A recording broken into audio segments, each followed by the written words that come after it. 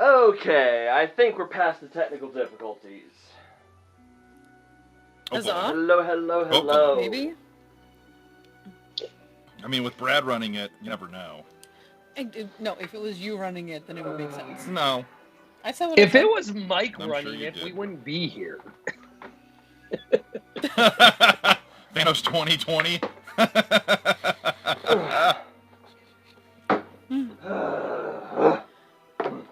What is going on here? Oh my god.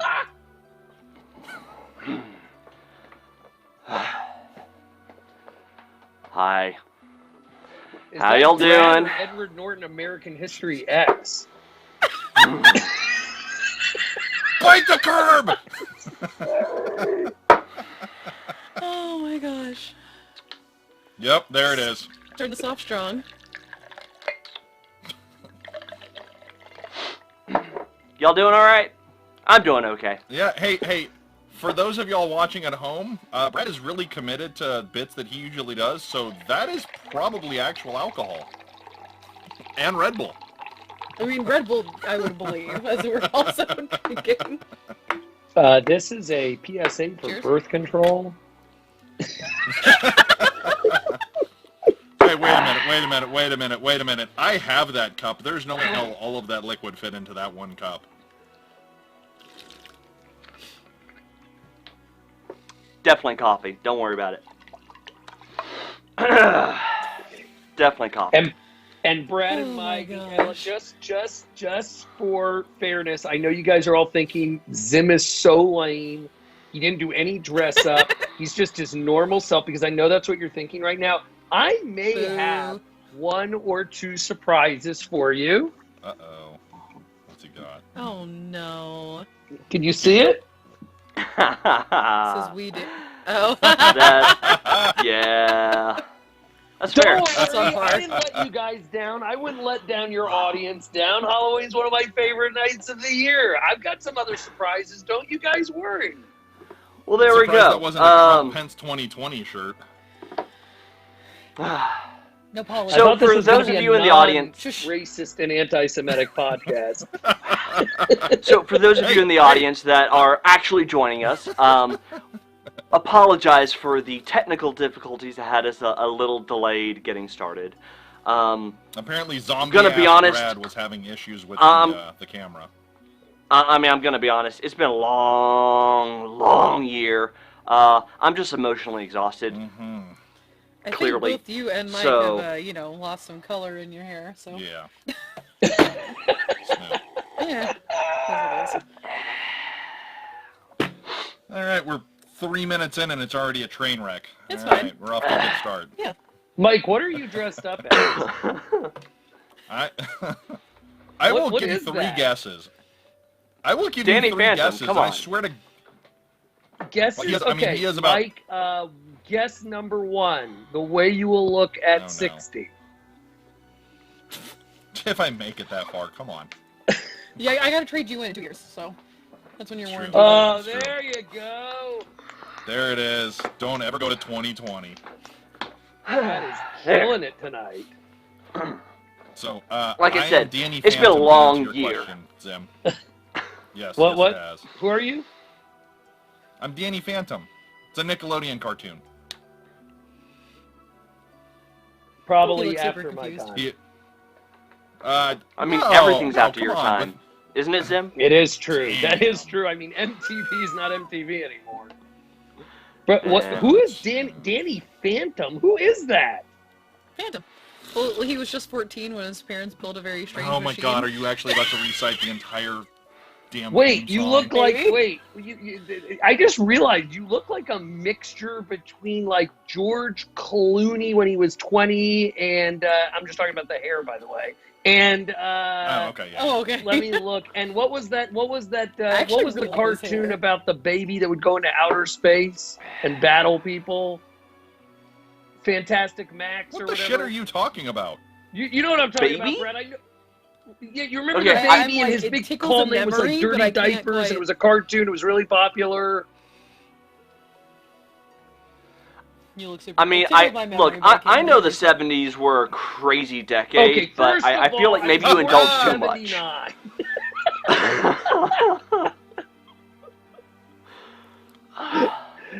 I'm gonna No, it's find this. Anyway. You guys are It's talking about Nickelodeon. Danny Phantom. I don't even know what that is. Anyway, guys, he's a kid that can turn into a ghost, and he fights other ghosts. Wasn't Pretty that much. Get Casper's back. Friendly Ghost? to No, kind of Casper was a little semi bitch. get back on track, guys. No. For those of you who are just joining us for the first time, welcome to this chaotic mess that is our Halloween special. I'm Brad. Come on, That's- all of our episodes are this chaotic. That is Mike and Kyla, and that is our good friend David down there from the Last Call podcast. Down there? It is, and that's Down there. Fantastic Max, and the Fantastic cartoon Max. was 1988. Weren't you both born then, by then? Yes. Thank you. Nope. Thank you, Brad. I Nope. wasn't. What do you mean, Mike? I No, wasn't. you're. Oh, he forgot. Mike. We're is the still same doing age. math. You shut your damn mouth. I wasn't, though. I even kind of had like a tickling. And with Alright. that, guys, if this is the kind of crazy mess that you would like to see more of, please don't forget What is wrong to with you? like the video and follow us over on Facebook, like and subscribe over on YouTube, keep the Google overlords happy.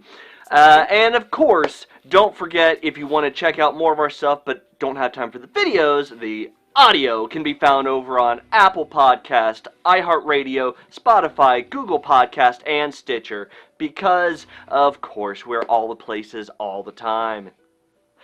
Yes, Now- and please, please, please, please keep the Google overlords happy. They're pissed off right now because they're testifying in front of Senate subcommittees. I mean, if you believe that the Senate actually has any power, maybe they won't be our Google overlords for too long? Google. But I mean, Nah. no, we love our Google overlords. no, hey, we don't piss off the mouse. We don't piss off the Google. Okay, like Yeah, just fair. Definitely don't Don't piss test off it. the True. mouse. No. So- Oh my god, that's what I should have been. I should have been Mickey Mouse from South Park. anyways. Uh, only if you brought the bat with you. Yeah. If you saw the And beat up- the and beat- pandemic special, Yeah. you'd understand. Now, And if I beat up three with that, kids that look like the Jonas Brothers. Oh god. well, yeah. With that, guys, we are here obviously for our great, was it fourth horror movie debate. This time we're actually giving you guys a Third. little bit of leeway here, and we each have our own top 5 list rather than trying to consolidate to a single. So, David, Mike, I know the two of you are very happy about this. Kyla, thank you for joining us on this. I'm just here I to hope enjoy you it. want to come back after. Kyla's, Brad, Mike, Kyla's just here so Kyla, she can I doesn't just get fined. show something? As Brad's talking about Halloween, my wife handed me my lovely wife Bethany, shout out. She handed Oh, is me she right there? I don't, and Mike can attest to the last time I was on. I'm losing some poundage, so that's good. But it's Halloween, You so I are. decided to have a candy. She had some Twix, and she handed me, I guess, in a fun size. Have you guys seen that on the Twix fun packs Yeah. they put left and then they Left put and right? Left and right. Yep. Yeah. That is Because there was a like big what is marketing- this? Are we just Oh, gosh, getting it was more a- and more dumb was as a a marketing society? That is the that was- dumbest marketing thing I've ever seen in my life. I mean, I'm gonna So be it was honest. I kind of marketed from expected about dumber at this 4 point, so I'm impressed But that they Brad, only like, I stopped mean- there. Left and right, are you with me? Like what? I just don't understand. Oh, so I can put them together when they're outside the package. So, Well, so the marketing ploy was from about 4 years ago, and they had like a thing of these are like just left Twix and right Twix because people had like a preference of which one they ate first. So they made like a huge Are you deal out of it. serious? So they have packages that are just left Twix, and there are packages that are just right Twix, Yeah. and they're kind of they still have That's that gimmick going. But- You know what? I'm Zim. wrong. We are a dumb society. Like that is just Zim, this is but hey, unbelievable. but David, you just need to worry about the razor blade that's in there. That's all.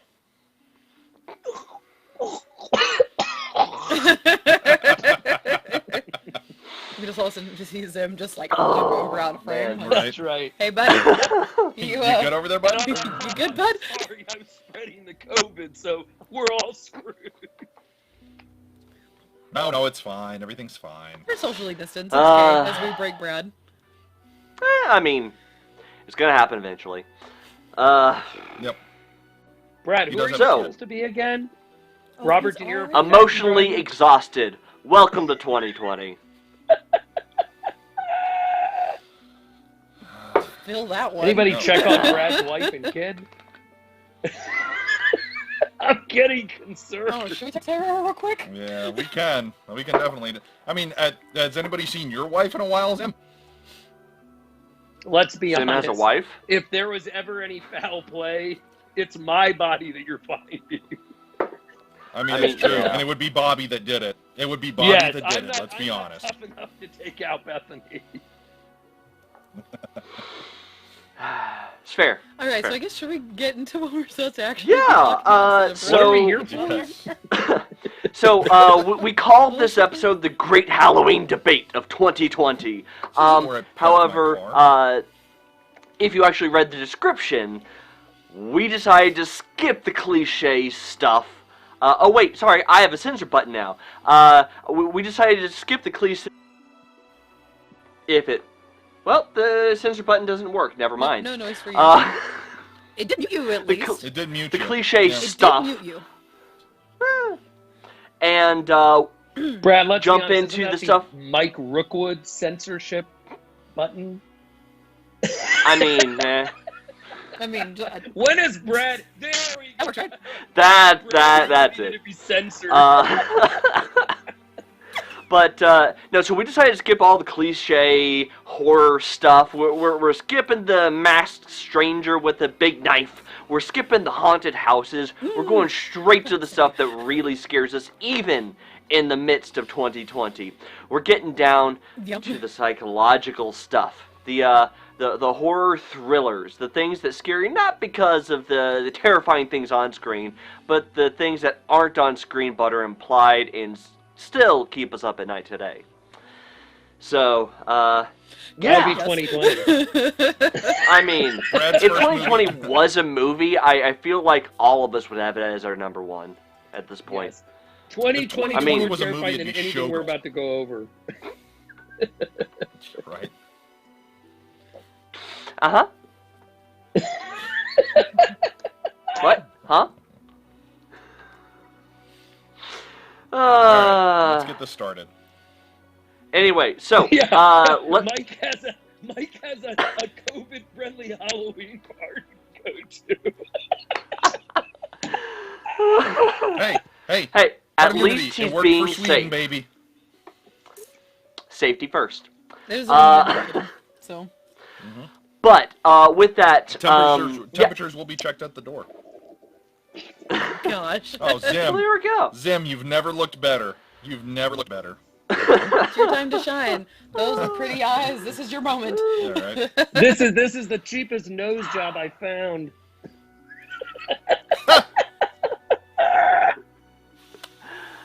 Not gonna make any jokes. Not gonna make. Isn't any this jokes, cool? not gonna Because make this any kind of jokes. makes me like if someone that was to turn on right now, they would think I was in costume of some sort. It's kind of like it's a neat little thing. It doesn't just look like a I COVID mean, mask, right? would they think you're in Oh, costume? gosh. This is 2020. That's just normal, isn't it? Well, sorry, It's this true. is Texas, which is technically is the Trump norm. country, so I guess it could be considered a costume of sorts. I like that, Brad. Good one, buddy. That was great. Jesus. All right, let's get to it. Jumping into it, so there was a little bit of overlap in all of our lists. There was a little bit of overlap, so let's go ahead There and was. start with the overlap that popped up in, I believe, was it 3 of our lists? Halloween? I know David, Mike, Kyla, was that you And two? mine. Or no? Yep. Okay, so then Yeah, two. because we all have Oh. good taste, unlike you dumb son of a. Don't say it. With that, We good? Thank you for the censor button. Good job, Kyla. That's what she's here for. exactly. Just next time, just slap him. So, I don't have Halloween, enough guys, space to, like- why did this movie make y'all's lists?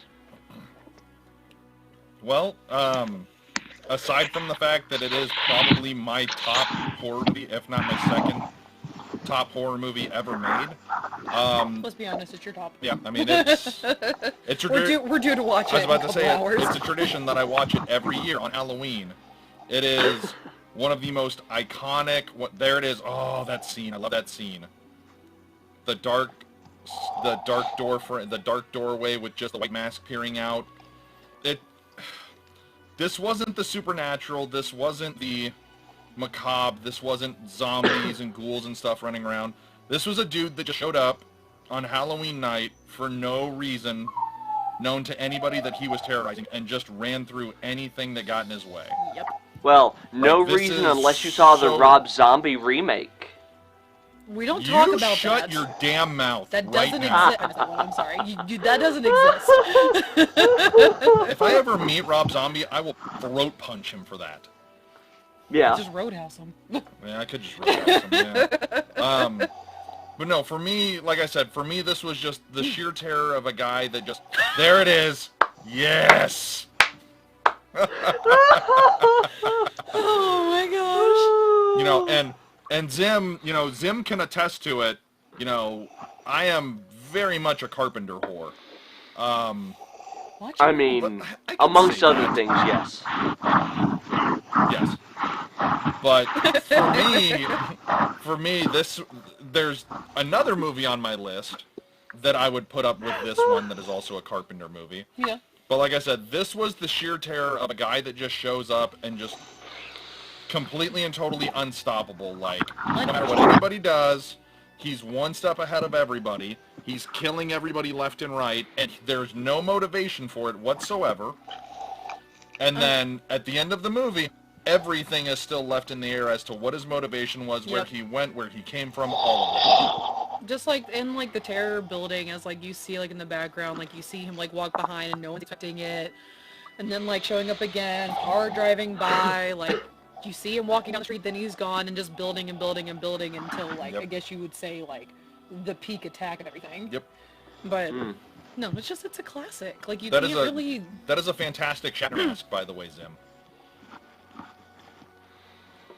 Oh, he's doing the whole. That's I'm right. I know. happy Hey, I know the story behind the mask. I know what's up. And so, You've also Do been you? murdered by, Do you really? by Michael Myers. yeah, it was a William Shatner mask.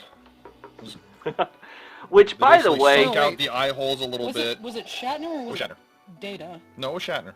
no, it was It Shatner. was a But William Shatner mask. Was it? my only was question Shatner? is, Okay. who can look at that mask and honestly think that in any way is Bill Shatner today or back when it was made? Honestly, that Right. just feels so. It was a good base. I mean, distressing it, removing some of the color, stretching Yeah. it out. Sinking the cheekbones, widening the eye holes. Oh yeah, all of that.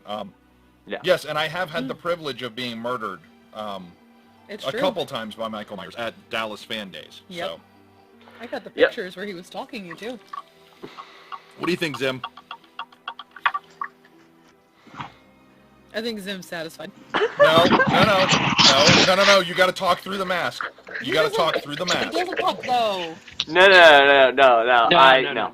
That was terrifying. I'm keeping it brief.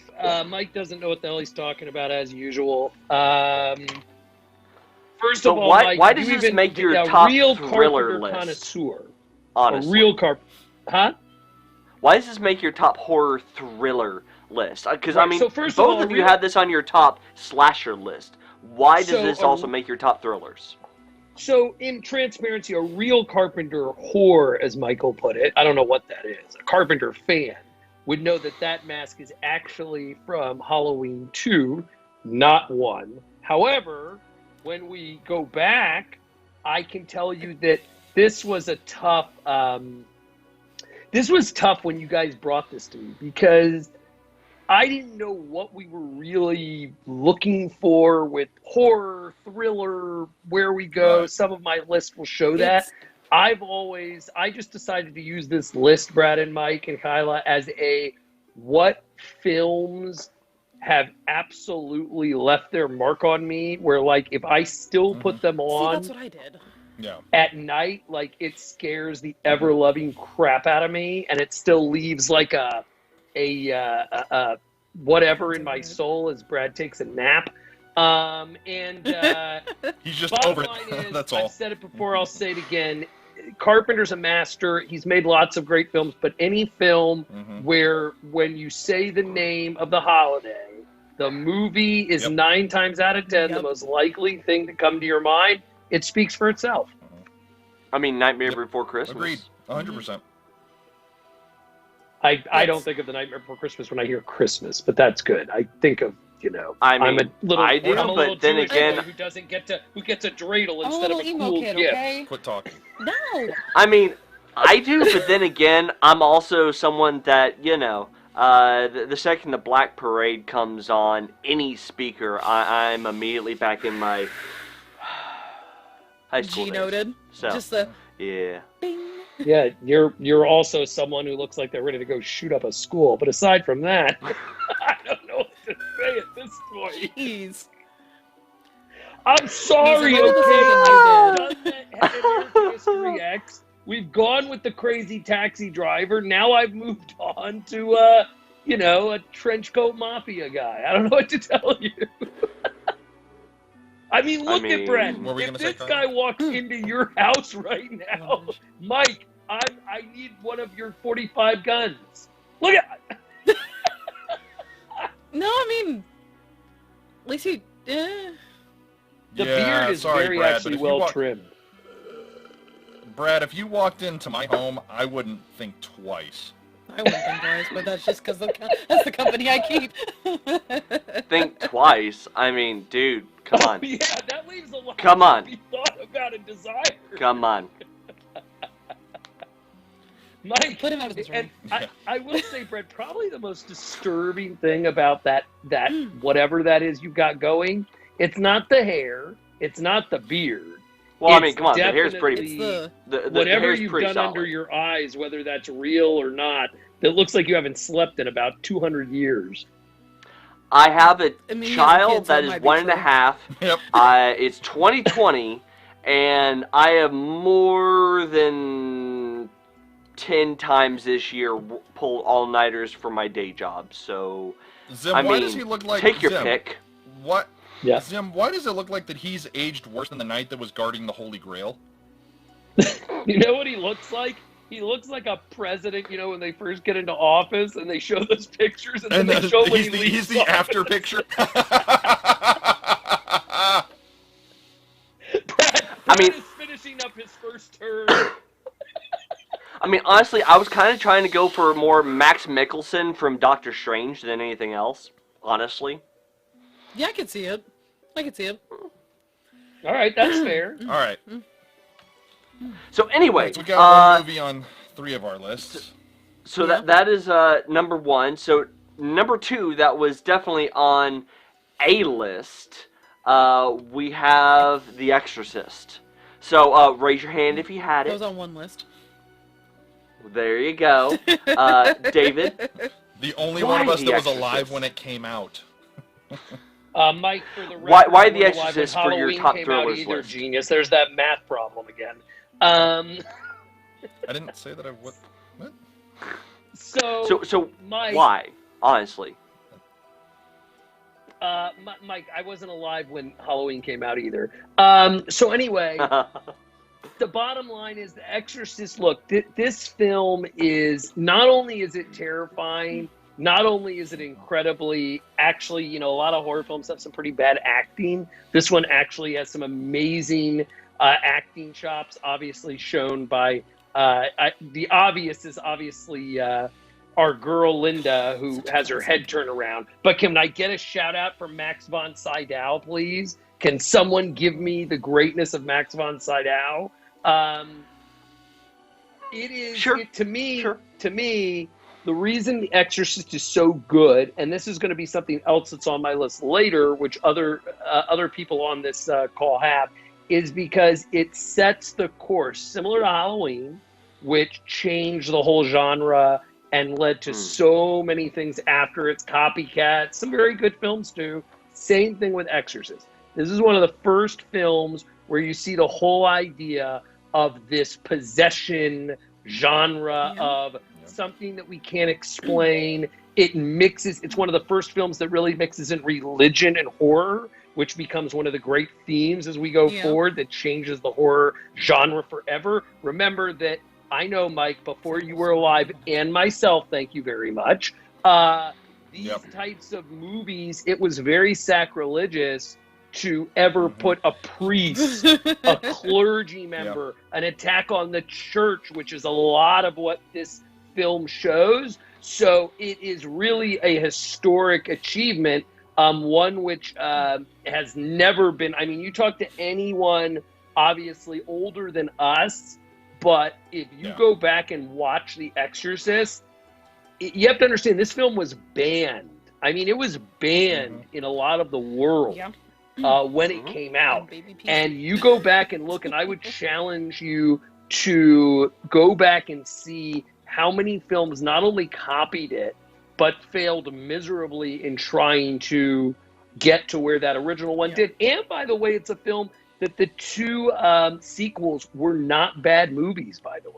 They're actually decent horror films if you go back and watch them. It didn't get so cheesy that you went, what in the world is this? But I liked it. I've also walked down those steps in Georgetown, a little history for you in Washington, D.C. That's pretty crazy. Because it's near Georgetown University, you have a lot of priests walking by with their collars. So it makes it even more spooky at night when you do it. But Exorcist will always be there. I can't deny it. That's kind of cool, actually. I'm gonna be honest. I appreciate that.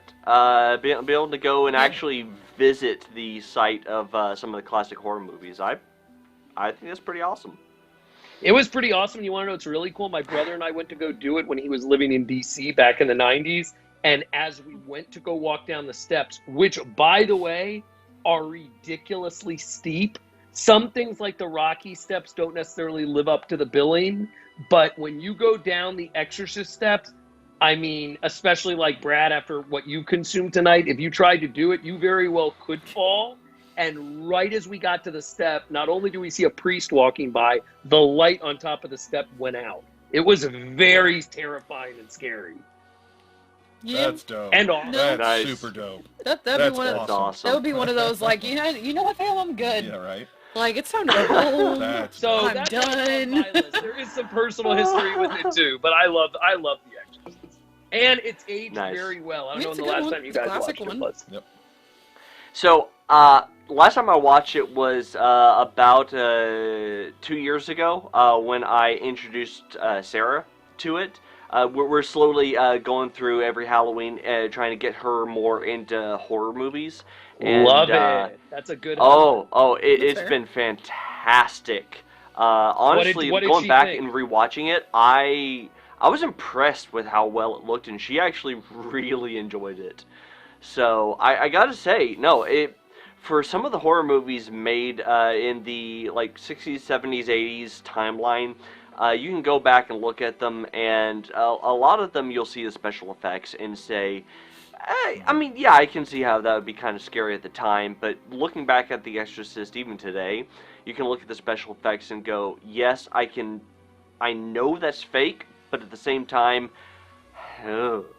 like, Holy hell, it looked terrifying and real. Yeah. like, I love it, honestly. That it is one of my favorite horror movies, like, just bar none. I think it's fantastic. I mean, I can't look at peas at the time, so. No, you can. Or any I mean, green baby food. So. I mean, you got to think that there's something about a movie that when the lead actress is actually psychologically scarred from the process of making the movie years later, that even therapy wasn't quite enough to get her past that. That's There's something about the movie. There's another film on somebody's list list that also has the same maybe effect. has something to that effect as well. No, I think wasn't this movie. Which movie also was that? The Shining, but wasn't The Exorcist also the start of like? So child labor also was it's an issue, not to say issue in Hollywood, but it's always a topic of conversation and making sure that they're okay. Wasn't this film like one of the things of like, hey, let's make sure that like kids when put into movies like they have like an assigned therapist if it's a horror movie that like they're constantly checked on during the process so they don't have this issue again? Didn't this movie start that? I'm pretty sure it did. It was a lot of that. Also, by the way, a little known fact. Number one, it introduced us to Ellen Burstyn, who goes on to have a huge career. She was totally unknown then. Yeah. Also, it is, here's some good stuff for you, the first horror film to ever be nominated for the Academy Award for Best Picture. Another pretty incredible statistic for a film, especially back then in the early 1970s. It was 73, I believe, when we know the Motion Picture Association was ridiculously snooty and uptight along with the Academy. And they almost gave this an X-rated thing, and it literally came down to the wire before they agreed to release it with an R rating. Oh yeah. Yeah, but Zim, I mean, you say, we'll back have a then whole that they were different snooty. video talking about our grievances with the MPAA. I mean, that's a whole different thing. I was about to say, Zim, I you told you talk I had about some the surprises Academy for being you. snooty. You talk about the Academy being snooty back then. You act like they're not still snooty now. I literally just went, the Academy, as soon as he said that. Mike, are you getting a little scared? There's What the frick? I don't know, did you see it? that's his wife. I don't know what you're talking about. What did you see? I have no clue what you guys are talking about. Brad, Are did you you see in it? the house? Zim, don't worry. alone? Did you see it, Brad? If it's what I think you're He talking looks about, lost. no. I don't know what actually, they're talking I don't think I have.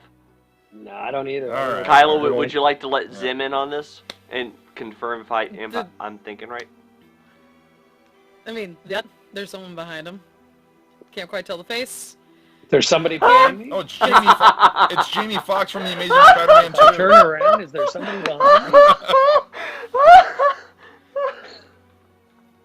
I didn't even notice that.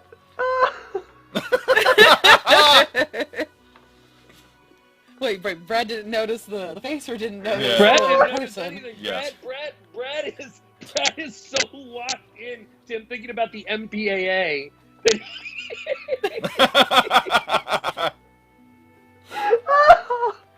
I don't know what you guys are talking about. Oh, That's funny. We can continue. Oh. Brad, I just want to point out, because I know both of you, that you sat there before we started tonight and you said to yourself, you saw me come up and you're like, Zim, you are so lame. You're in some red freaking stupid t-shirt. You haven't done anything for this pod, and yet I told you I wouldn't let you guys down. just You never thank let you, me right down. first later. You never let me down. Thank- I don't know right what you're first talking later. about. I don't have a wife. Who the hell did So, I meet all next- those times? It's a secret. Right. So next up on the Mystery? list, we already alluded to, or mentioned it a minute ago. The Shining. Raise your hand if that was on your list. Yeah. So The Yeah. Shining.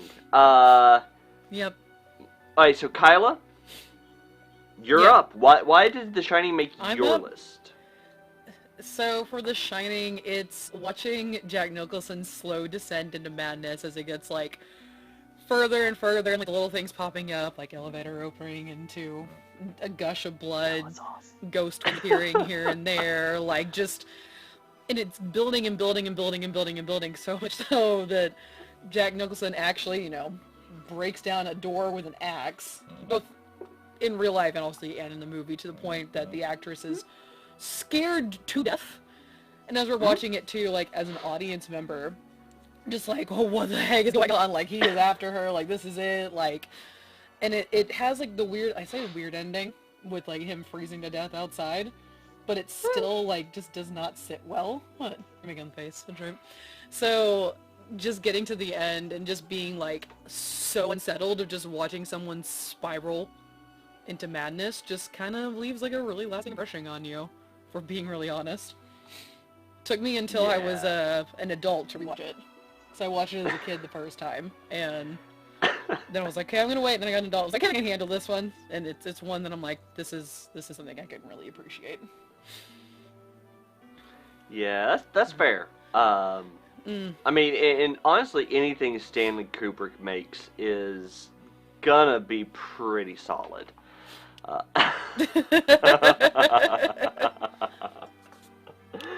Oh, Jack. very nice. Very nice. But yeah, no, I mean, no play makes Jack a dull boy. honestly, if you're going to talk about a movie that absolutely benefited from the anal retentive nature of Stanley Kubrick's directing style, I don't I'd think say I've The ever Shining thought- is Wait, can I have categorically things- the Wait, movie time out, that Brad. benefited. Time out. Can I have things I never thought I'd hear Brad say for 1,000, Alex? Anal? Okay, let's move on. What were you saying? Wow.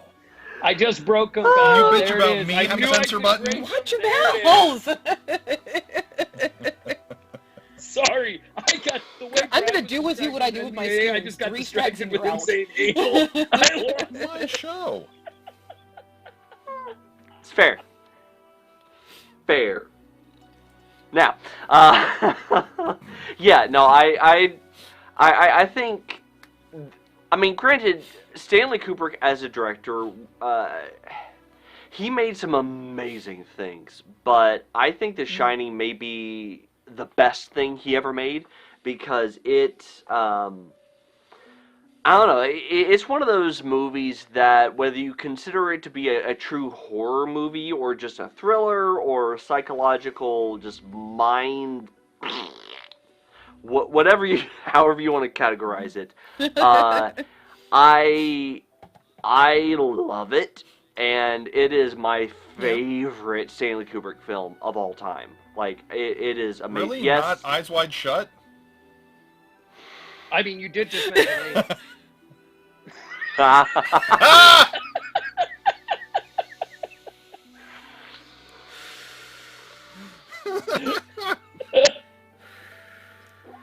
No, Brad, I am Set Zim up for that I am one with quickly. you, Brad.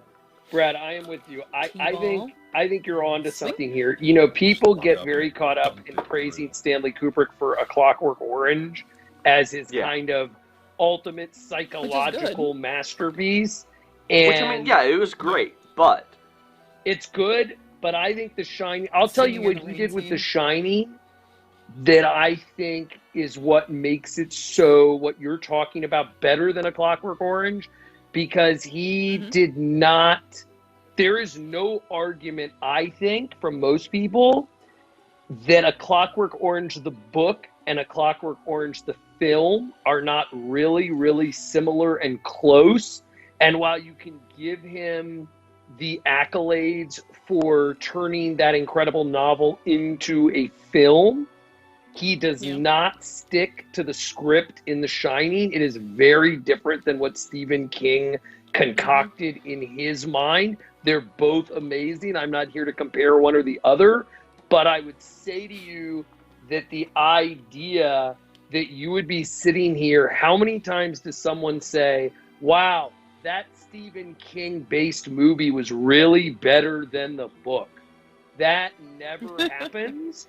And you have a ton of people who would sit there and argue with you. I'm not one of them, but they would argue with you that The Shining, the movie, outdoes the book. And it probably doesn't become as famous, as good as the book was, if it's not for Kubrick's work. Now, I will say the book is good. That it was actually a solid piece of work from Very Stephen good, yeah. King. It is. But Stephen King. looking at It's the not solid, it's not mini-series that actually was more faithful to the book, Correct.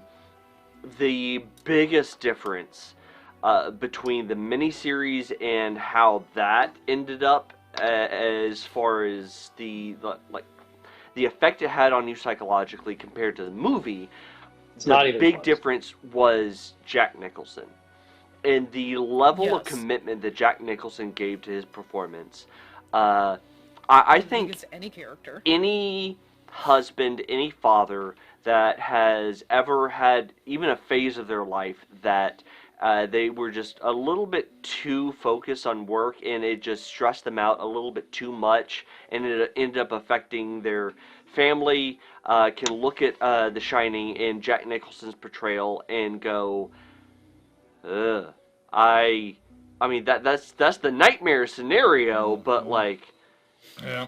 ugh, the reality that his performance gives really it contributes to a whole different level of how it affects you, because there was some real something behind it that Well, I think you you're could looking. connect I with. think you're looking for like the demonism of alcoholism, the demonism of Sure. a guy who is at his kind of rope at the end, dealing with the idea of the wife and the kids, and this isn't the way my life was supposed to go, and yada yada yada.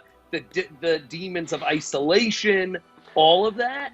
He encaptures it in this rage that no one else. It was very authentic. Is probably the word I'm looking for. It is very authentic. Yeah.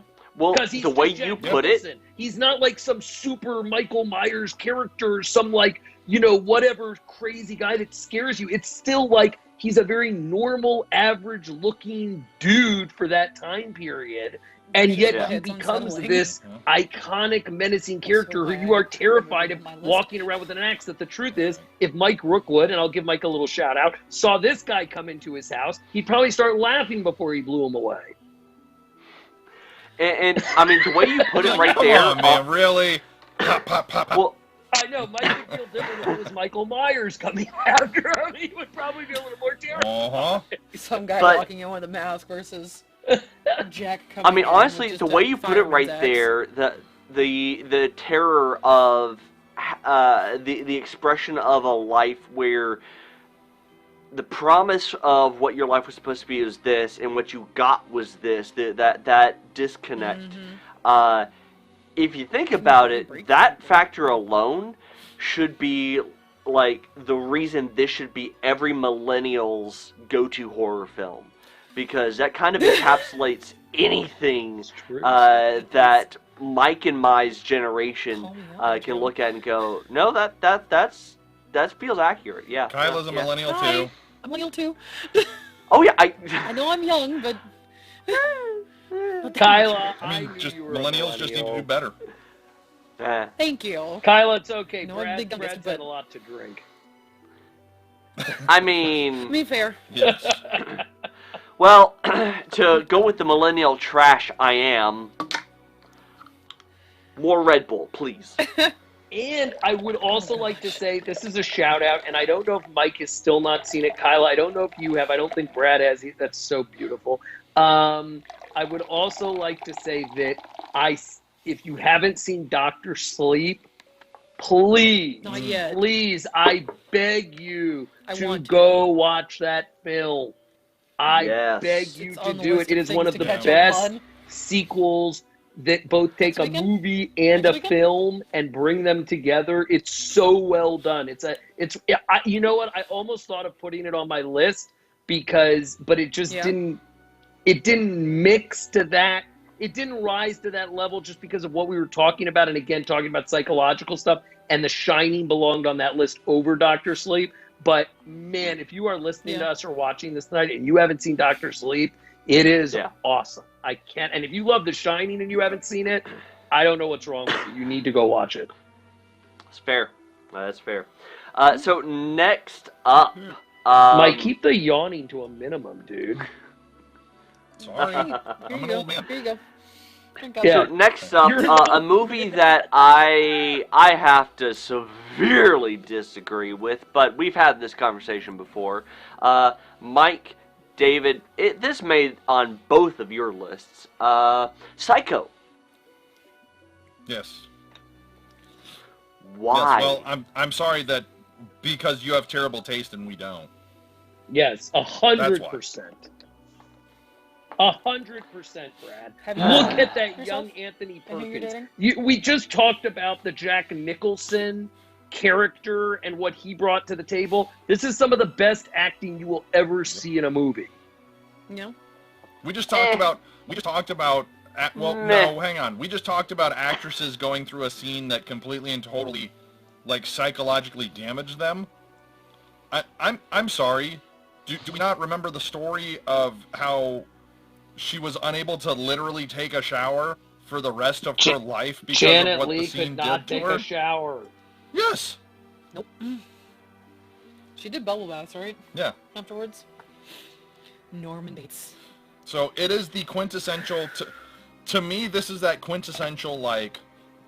And I mean, It's feel a free to classic. jump. Yeah, feel free to jump in whenever you want to, Zim. But this was the atmosphere making everything so much more terrifying. Yes. The cinematography, the It's- music, it's- everything, every which way everything was filmed, every shot, the way it was framed, the way that all the characters interacted with each other. Norman Bates, the little tics that you'd have, and Yep. the way that he would overlook people, and he's just this very unassuming guy, but when you actually break down to it, you're like, holy hell, he's kind of a sociopathic, like, genius. It seems like we have a There trend are of unassuming very- characters Yes. as on all of our movies. Yes. There are very Except for like one. Yeah. There are very few black and white horror films or psychological films Yep. that can really mess with you. And because a lot of the black and white takes away from the color, right, and the things that we've seen with modern, you look at the M. Night Shyamalan, and I know we have some of that on the list, where he uses color. There's so many, Carpenter uses color and all of that. And Hitchcock, I know I will get blasted for this, and I may have to blast myself when I look back at this, but I would challenge that Hitchcock, this is him at his very, very best, because the camera shots, the angles, the music, the close-ups. Yeah. You know who used this later on? Scorsese used it in Cape Fear, of those zoom-in shots where you hear it. He's used it a ton in his stuff. They used shots from this in What Lies Beneath. And we just talked about The Shining, and I would argue with you that there is no way that Jack Nicholson didn't get some sort of inspiration from Anthony from Perkins' Norman character Bates. to create Jack yeah. Torrance. Oh yeah. 100%. And Brad, I know that you always disagree, but me and Zim always bring this point up. Gus Van Sant made a shot-for-shot remake of this movie. Shot for shot. Basically, James Cameron's whole career with the scripts, but shot for shot remake. I was Sorry, actually Mike, about I to couldn't bring help that it. I up was and just trying- say, wait, so you're saying that if the black and white made the tone of the film, that the Gus Van Sant film didn't quite do it for you? Well, this is my 'Cause, problem with color? the Gus Van... No. This is the problem with my Gus Van Sant film. I'd already seen it. Yep. Like, if you're going to make a remake of Psycho, I think the idea that he did what he did is the ultimate, I'm going to bow down to you and kiss your rear end because you made this masterpiece and I want to do something, an homage to you. But that's so stupid, because that would be like, you know what, Mike trashed on Rob Zombie, and I get it, I understand it. I actually had some enjoyment in watching the original Rob Zombie Halloween, just for some certain things that he did. But if he had made a shot-for-shot remake of John Carpenter's thing, what's the point? Other than to say, yeah, I get it. He's a master and this is a masterful film, which is what I think Mike was trying to say, bringing in the Gus Van Sant version. How many films have had someone do that? Okay, so just quick question. If you saw the Gus Van Sant version first, and then, say, a couple years later, saw the original, would that have changed your opinion? Or is there something innate what to the Mike Gus Van just- Sant version that just kind of makes it inferior? Because Vince Vaughn isn't Anthony Perkins. Yep. Fair. If that goes to show you that you can't just do it, right? I may argue with Mike, he's going to like this again, that just about anyone, including you, Brad, could have played Leonardo DiCaprio as Jack Dawson in Titanic. But when it comes to Anthony Perkins in Psycho, I don't know, even in a shot-for-shot remake that Van Sant tried to do, no one can touch that guy. Similar to... It's one of those iconic roles. There's other iconic roles. Like, Perkins just makes it. He is just this... It's an amazing job of acting he does. I mean, it's one of the best things. And here's the question I'd ask you, Brad. You asked about if that had been made first. Which one would have I liked more? For me, it's obviously the original, but I have this one for you. If Psycho is never made, what happens to the horror slasher genre in the future? If that had been a big bust, and that doesn't hold up the way it held up, what would the future of that been? Because remember that when Hitchcock made that, he put a lot of his own money into it. It had all sorts of problems. He was coming off of a serious slump. And if Hitchcock fails and that doesn't do what it does, what in the world happens to that genre later on for the next 10 to 15 years? Well, I think, I don't think I ever said this to that's a tough you, one. Think about that one. I've thought about it. but It's not an easy question. I compare what you just said to a young Spielberg making Jaws.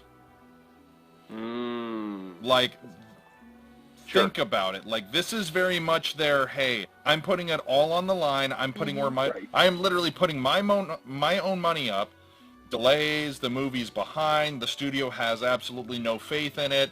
Like, if either one of those movies tanks, like, what happens to an entire genre, like you said, right? Especially Psycho.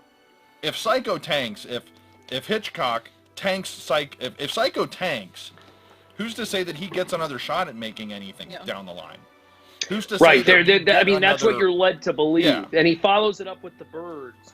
And Yep. I don't, another again, good like, classic. I don't think, I mean, Hitchcock was at his breaking point then. The difference is, the only thing I'll disagree with Mike on, I agree with what he's saying about taking a chance and putting things in. The difference is that Hitchcock was already a known commodity who had gone into a slump. Right. And Spielberg was fighting for relevance. Spielberg was at a complete unknown. Although I will say, if you really want to bring up The Birds, without birds, you wouldn't have gotten Birdemic.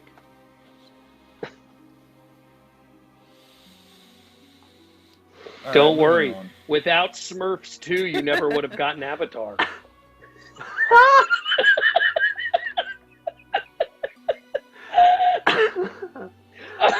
And with that, we're going to go ahead and jump over to a movie. James Cameron getting ready to go film another underwater epic. And with that, we're going to go ahead and jump over to a movie that made only Mike's list. Wait, hang on. I had a question for Zim. I was going to say, did you ever see Bates Motel? Yes, I did, and that was really good. I was going to say, what do you think Fair. of his performance as Norman Bates? In comparison to the original. Not up to Anthony Perkins level at all. I actually tell you who I thought stole that was Vera.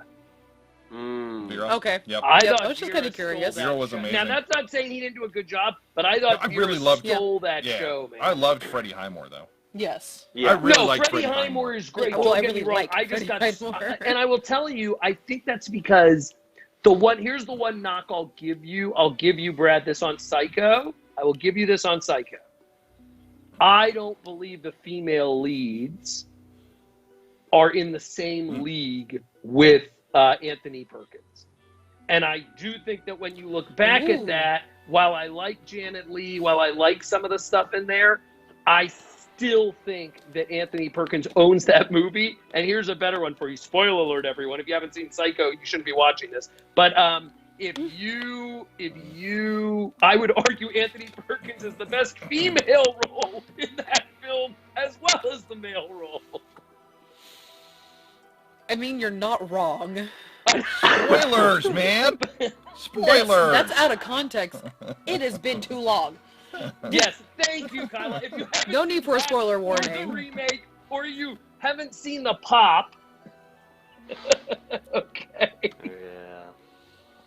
Why does he look like he's But dressed in moving, I wonder. Why does it look like what? Dressed like a woman. Abroad. Oh, Abroad. there we go. Why's he dressed like moving on to the movie that was Okay, so only sorry. on Mike's list because he has a bit of a, we'll say, Carpenter thing complex? for the director. No. The Sixth Sense. Oh, okay, that's right. Yep. Play the clip, Mike? Brad. Play the clip. Yes. So for me, like Zim said, like Kyla said, choosing movies that really stuck with them, that really kind of grasped like the things that kind of terrify them and really stick with them. Mm-hmm. I don't know if there's anything more terrifying as a child as like hearing a ghost story and like, oh, you know, ghosts are real, and then like you kind of experience those things that you can't really explain, Yeah. and you're like, oh, is it really this thing or not? This is a story where this kid, he sees dead people, like he sees them as if they're just everyday people walking around, like you, me, Zim. Casually. Yeah. Like, and they're all reaching out to him and speaking to him, and like this 6-year-old kid is... That's hard to process. Yes, like that is a child Mm-hmm. that is dealing with basically the dead reaching out to him because they can't move on and they can't be at peace. I'll give you, it's a good one. Like, It's a really good one. that is absolutely horrifying to think as like a 6-year-old child. Because I think Haley Joel, was 6 when they filmed the movie, I can check, but continue. if I remember right. But the fact that this kid is literally burdened with the fact that he can see these people and he sees them like it's an everyday normal thing, and they come to him, and some of them aren't nice, some of them are mean, some of them are angry, some of them are vengeful, like, and nobody believes this kid, and this kid's being tormented, and this kid's being like basically damaged by these ghosts, and nobody believes him, like his own mom doesn't believe him. Like, Have you noticed something, by the way, absolute Mike, on all of horrifying. our Love it, by the lists? way. Mike used to laugh at me. Mike used to laugh at this, but Mike, what did I always say made a great director? If you kill a kid or a dog. Yes, true, exactly. He was kid or a 11. dog, and I just want to point out He was something. 11. I want to point out the fact that Thank you. you'll notice that on our list, so far, of the majority of things we've gone through, so many of the great horror films or psychological films, forget about teenagers for a minute. They have to do with kids being some of the major aspects and parts of it. And I think that is what the that's a genius whole of it is. It's not just us seeing a little kid dealing with this. I think it messes with our own psychological mentality of, Yeah. oh, when you're a 'cause you kid see- and you remember Yep. the closet Mhm. door and you remember the light being on and you remember, all that stuff. I think it connects with us so well. And I think, Yep. so Mike, you just made me think of that as you were going through this. Oh, well, I'm glad I could say it so poignantly that I jogged your memory. Thank you. I will take it as a Yes, compliment. using your limited vocabulary I is know. incredible. You're not Plus, I mean, poignant, but it's okay. Haley Joel was amazing. Bruce Willis is absolutely amazing. But you also get to the end and you get that arguably top 2 greatest twists of all time. Yeah. And it just like completely, yes, what that twist? The twist. What's that twist? And it completely shatters it completely shatters your notion of what you've just been watching for the previous 2 hours. For those who don't know, share the twist. No, I don't, because it's an amazing twist. To I think it Mike's almost falls into credit, the same Brad category. and Kyla, I will say that about 3 or 4 weeks ago, this happened to be on, and it was probably 5 or 10 minutes in, and I hadn't really watched it from, that much of the beginning into the end fully in a while. And I will say that it, without a doubt, stands the test of time. Going back and watching it, I didn't think to myself, oh, this is it's just not working anymore, and the acting's whatever. And as long as I don't see fat Haley Joel in another film, I don't think about it. That he was just so little and so good and whatever, and now he's just a fat pig. But that's a different story. Like, how do you let yourself go like that? Haley But has that's some a strong totally opinions about- different thing. Sorry. I can't. I'm sorry, guys. It makes me angry. Like, Haley Joel had the whole world in front of him, and like there are child actors that their parents are this or they go through that or whatever. But like, what did Haley Joel do? Like, what is that we see in Entourage and we see in The Boys and whatever that? I don't even know what that is anymore. But anyway, he was wonderful in this. Yeah. But But yeah. No, the movie's good. But no, speaking to Kyla's point, when you get to the twist and you realize that Bruce Willis has been dead the whole time, Yeah. it actually even makes it so it gives you an almost flip of like, this isn't actually Haley Joel's story, this is Bruce Willis's story. Yeah. This is his spirit trying to find peace to move on. And there's this one child that he thinks has been helping him the whole time. It's actually flipped and it's reversed. Like it is, it's Yes and it was no. an absolute to yes me. and no. Yes and no. I don't I mean, I completely think it agree with gives that you because a I think second it's movie to watch now. multifaceted. Yeah. I think concerning the twist, you could Well, be true. right, but I think that it's all encompassing. That's the brilliance of it because Haley Joel is he is messed up because of what he's going through, Mhm. but his mother is more messed up than both of them. And I don't think, and I Right. think Yes. Toni Collette's story, it's also as much about her Yeah. Yeah. and what's going on towards the once you get to the twist as it is about all of Mhm. it. So I'm with you, Mike. I don't True, disagree, true. but I'm saying there's a lot going on. I think your point is it's not about Haley Joel as much as it is about he's helping the people around him, where you think it's the Yeah. Right. opposite way around. Okay. Yeah. Like I So said, after you find out the twist, it gives you a second movie to watch all over again. Yeah. And kind of see if you can pick And up I don't have a on problem with this everything. on the list. I really don't. And I still think it is M. Night Shyamalan's best film that he ever made. I stand by that with everything he's done. It Man, that's still so is my tough. favorite. That's so tough. That's so tough with Wow. Unbreakable and Split. Okay, yeah, Split. Mm. Like, Oh, he had to do Split it, was- Brad. He had to do it. God. Split was great. What? Split Yeah. is great, but Kyla, did it make your list? Almost. I mean, But I it would did, say it's like number Split 7. is a great movie, but it doesn't quite qualify as horror. I wouldn't put it as horror, though. Exactly. That's the only It- reason I it didn't is pick it. much more psychological thriller. But he Yes. just no. But he said Full stop. He said M. Night's best movie. You could argue that Yes, Split that and to me is Unbreakable are M. just Night's as best Sixth film. Sense. Sixth Yes. Sense is his opus. No. Best film across the board, Sixth Sense beats out Split without question. Like there's so much more nuance to. And I Sixth love Sense. Split too, Mike. But it's the Sixth Sense is Oh, I a know. masterpiece. It's You an and me saw it absolute together. masterpiece. I know. Of course, Now, it's on my move- list. Of course, it is.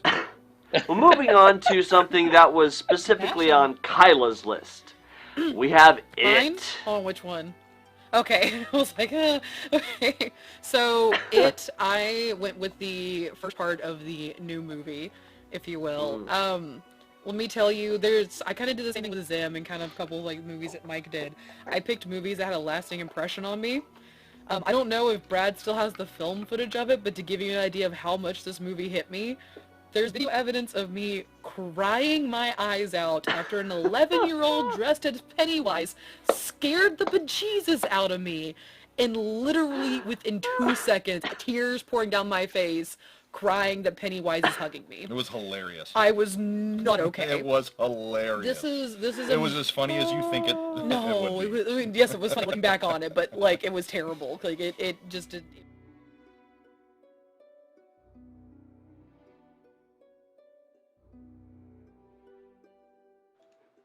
Deepest fears, like you might not even have acknowledged beforehand, and like there was a couple of them I had to explain to Mike about why, like for example, with what is her name? The girl's name.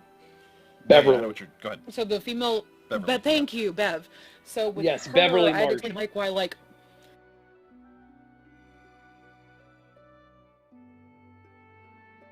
and how it just, it picks it apart to where you hit a point of, if he was near me, what would he use to, like, get to me? Yeah.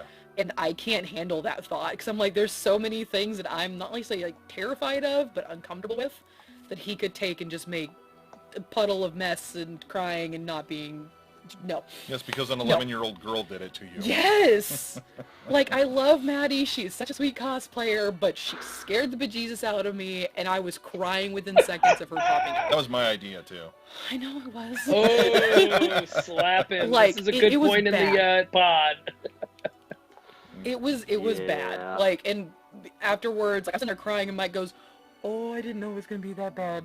Like, he had no idea that it was gonna be that terrifying for me to see Pennywise, like, face to face, because she pops out from underneath the table, gets about right here, laughs in it, and then just hugs me, and I was like, "Maddie, can you stop hugging me, please?" Like, I'm have like pink paint smearing down my face, and there's like tears dripping off of me. Like, it was not a pretty scene.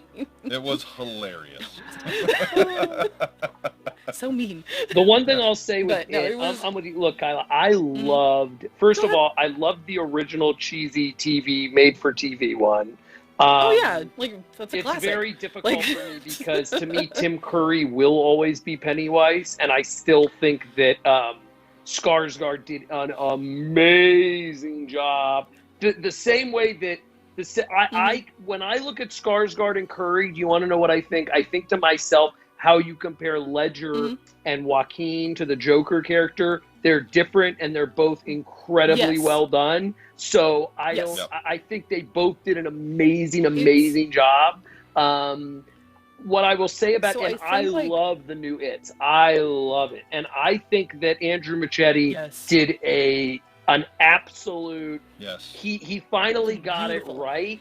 Whereas, unfortunately, part 2 of the TV series got it so wrong and pissed off so many people for so long. Yep. Yep. I also think that Yep. Stephen King, and again, by the way, we're now talking about the second Stephen King film on some of these lists. Mhm. I think that his major involvement in the project had a Yes. big influence and helped it tremendously. I think that Yes. that was really smart by both Andrew Machete and by Flanagan with Dr. Sleep. I think that when you don't try to distance yourself and you try to use them as someone like that as help to figure out what they were really thinking with their creation. The reason, pick it apart. I thought about it. So this is a testament to you. I thought about it. I really did. Yo. Um, Look, I got it. no, I did. Yeah, he I doesn't did. ever I compliment thought me. about I know, it. that's why I get to actually brag about think it. personally that you can't have, and then I started thinking, well, would I put 1 on there or would I put 2 on there? So- And I really now don't look at them as I 2 like separate both. films. I feel like they have to It's be a whole. considered one film. Yes. But what I would say to you is, again, what I don't want to get lost in this is the acting makes it. Those kids Yes. and Skarsgård, Yes. and They then knocked again, it out of Mike, the shout park. out to Split, Like, James absolutely. McAvoy, and obviously Mhm. Hader and all these guys, like, Jessica it Chastain. makes it, man. Like, Yep. this was brilliantly It really casted, does. and I know not everyone's thrilled with some of the people they chose, but I would argue that I thought they all did a very, very good job, and I'm They not did. convinced that when I really put on my critical hat, and I'm really poking at it here, I'm not convinced that some of the holes in the movie making that I saw that I wasn't crazy about by the director wasn't saved by the acting. Because it's That's fair. again, it's me being really, really, really critical, and you can do this with anything. Yeah. But what kept me from putting it on the list was that I don't know how scary it really was. It's like you said, it was so psychological, so well made. I loved it. I go back and watch them. I think it's genius. It's brilliant. But when I had the movies on my list, I look at those as like cinematic masterpieces that are like a piece of art. Oh, that's fair. And scares the that's hell out of completely me, and it doesn't really scare the hell out of me. So the original it was great. I love it. It's a classic, like you said. Tim Curry did great in it. I think Tim Curry. I think Dr. Frankenfurter, but that's a different topic. Of course. Wait, excuse me. But- And Clue, Mr. Bot. Come on now. I mean, Yes, Clue yes, might but- always. You're Mr. Body. But no, Dr. Frankenfurter is who I think of with Tim Curry every single time. That is my my icon. I there. think Congo. Okay, fair. Mike, just stop. Mike. But Just stop. You mean you don't think But of the you with don't the- think of the manager of the Plaza Hotel in Home Alone 2? or I also think of What kind of idiots do you have working here? The finest in New York. or Nigel Thornberry. Yeah. And just remember, But, no, with our the president new was in id- that one. Yeah, thanks, Brad. Breaking was. news, Brad just went over the So- legal limit to drive anywhere by himself currently. It's probably a good thing that he's at home then. So Yeah. with the reason why I went with the Don't get behind anything, including a bicycle, right now, Brad. But the reason why I went with the new one instead of the older one is that I went back to how it made me, like, how it sat with me sort of thing for like Mike can tell you, so we've been at cons and I see someone dressed as Pennywise, I will literally like walk the long way to the booth I'm trying to get to avoid the person dressed as Pennywise. The original Tim Curry Kyla, one, who like, is your such favorite? an icon. Who is your favorite between the two?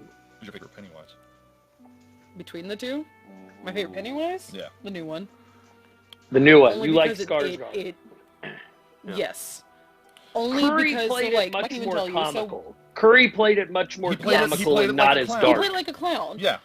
Exactly. Versus that's why. Yep. Because of the dark part of it. Because, like, it hit something, it hit a twinge within me that just made me kind of like go, yeah, something just does not sit right with me about this. It kind of like hits that little twinge of your fight or flight instinct, and it's flight with me every single time. Just like, yeah, I need to GTFO, like right now.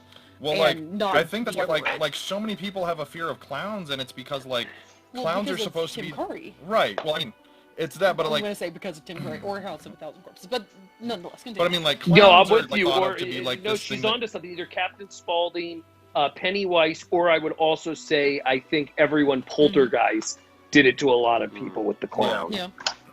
Yeah.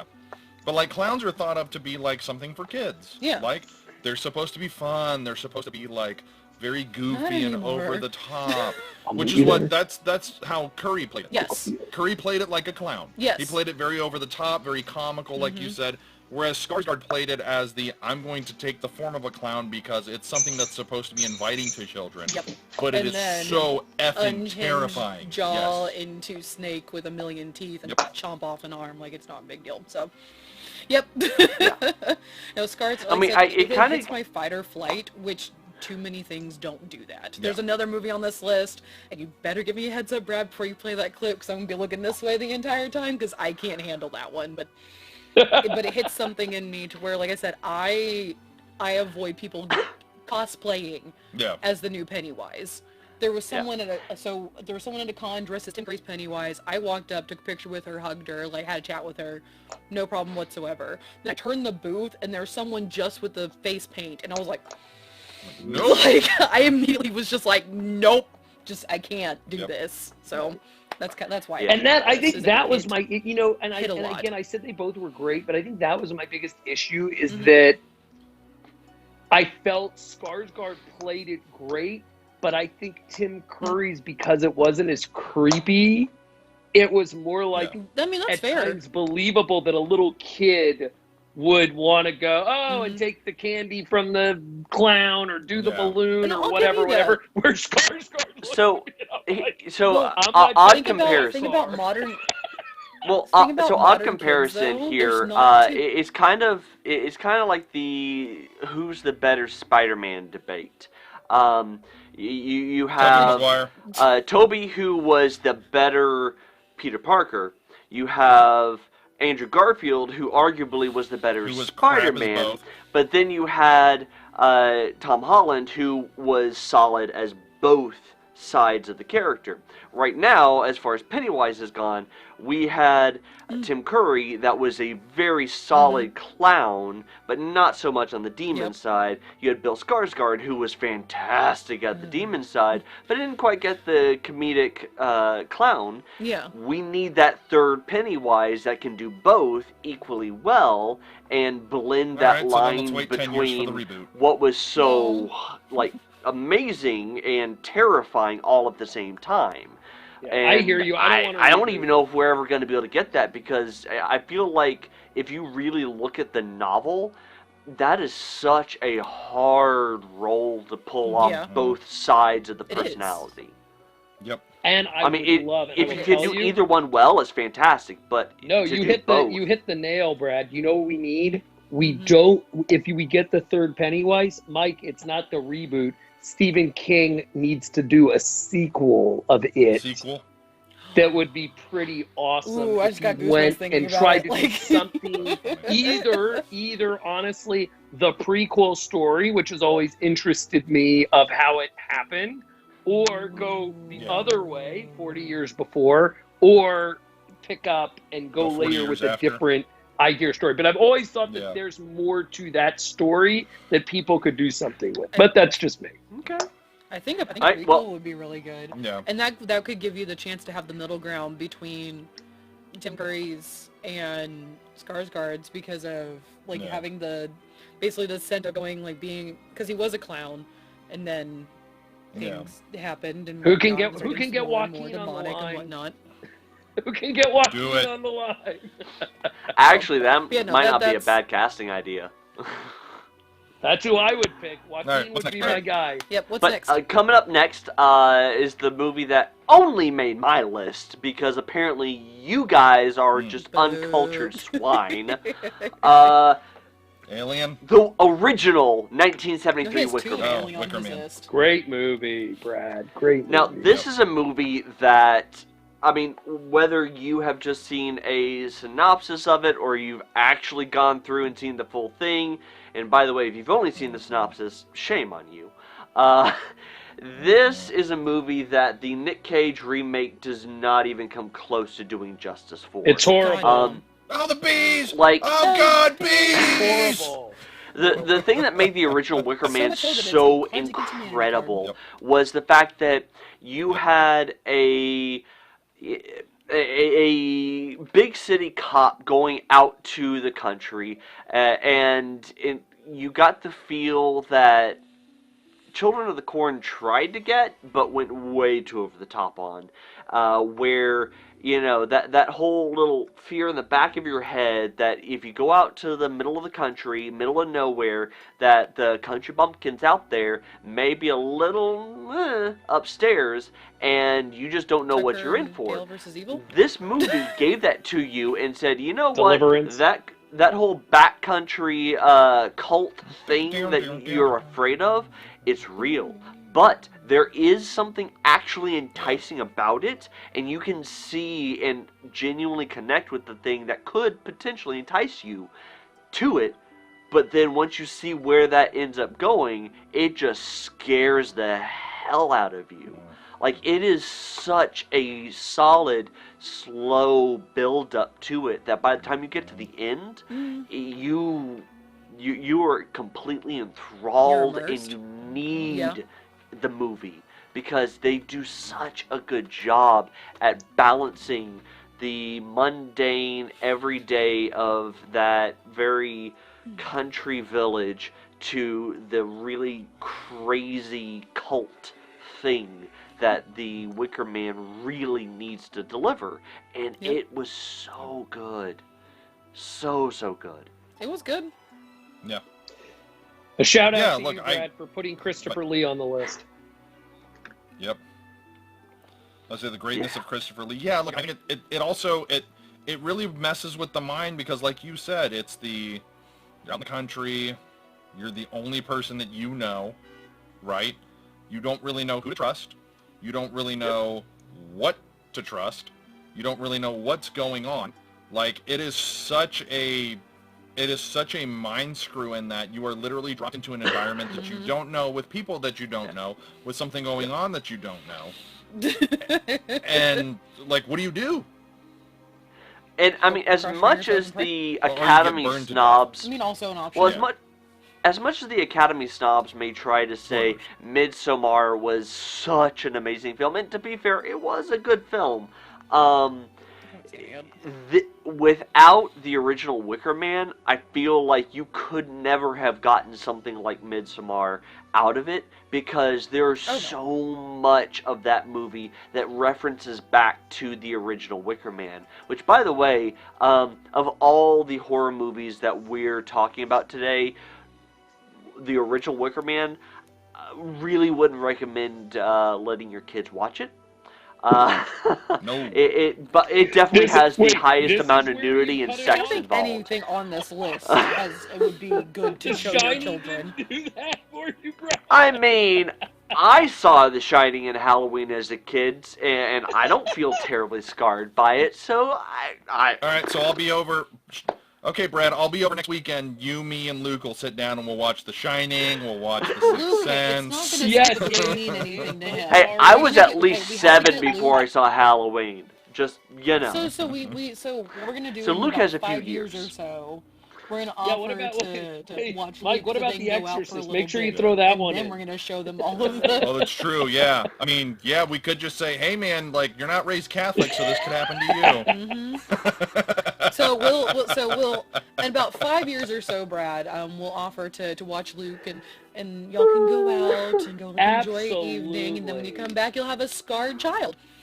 No, Okay. Kyla, What's you're the matter, gonna come Brad? back You and you're said gonna you have watched Luke, him as you're a gonna have kid. Luke in the little unicycle thing or whatever you want to call it that Danny's riding throughout the Overlook Come Hotel. and play with me, Tricycle? Dad. Yep. Ah. You're love not. that You're now gonna see the all of a sudden when you disclaimer come back came out. in. So, moving on to the next one because we are definitely I guess Yes, taking folks, a bit of this man is time on involved. each movie so far. And I know that we do have a soft stop coming up at 7. So She said soft stop. So, I ain't got anything going on till Kyla, about 11 I o'clock, think so... 10. I think this is the one you were talking about. The one that only Is it made the one that's your just on my list. list?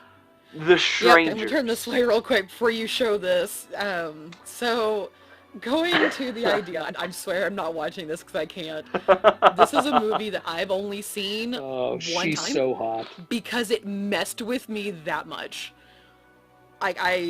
That's how bad this movie got to me. So kind of going the idea that we've talked a lot about of like your typical average Joe person who you don't really expect anything from being absolutely terrifying. Yeah. I watched this movie my sophomore year in high school, and I have not watched it since. That was Wow. 12 years ago now. That is how bad this movie has messed with me. So much so that even the clear mask with makeup and canvas like Sackboy from PlayStation, canvas faces with canvas bags with smiley faces on them unsettle me that much with it.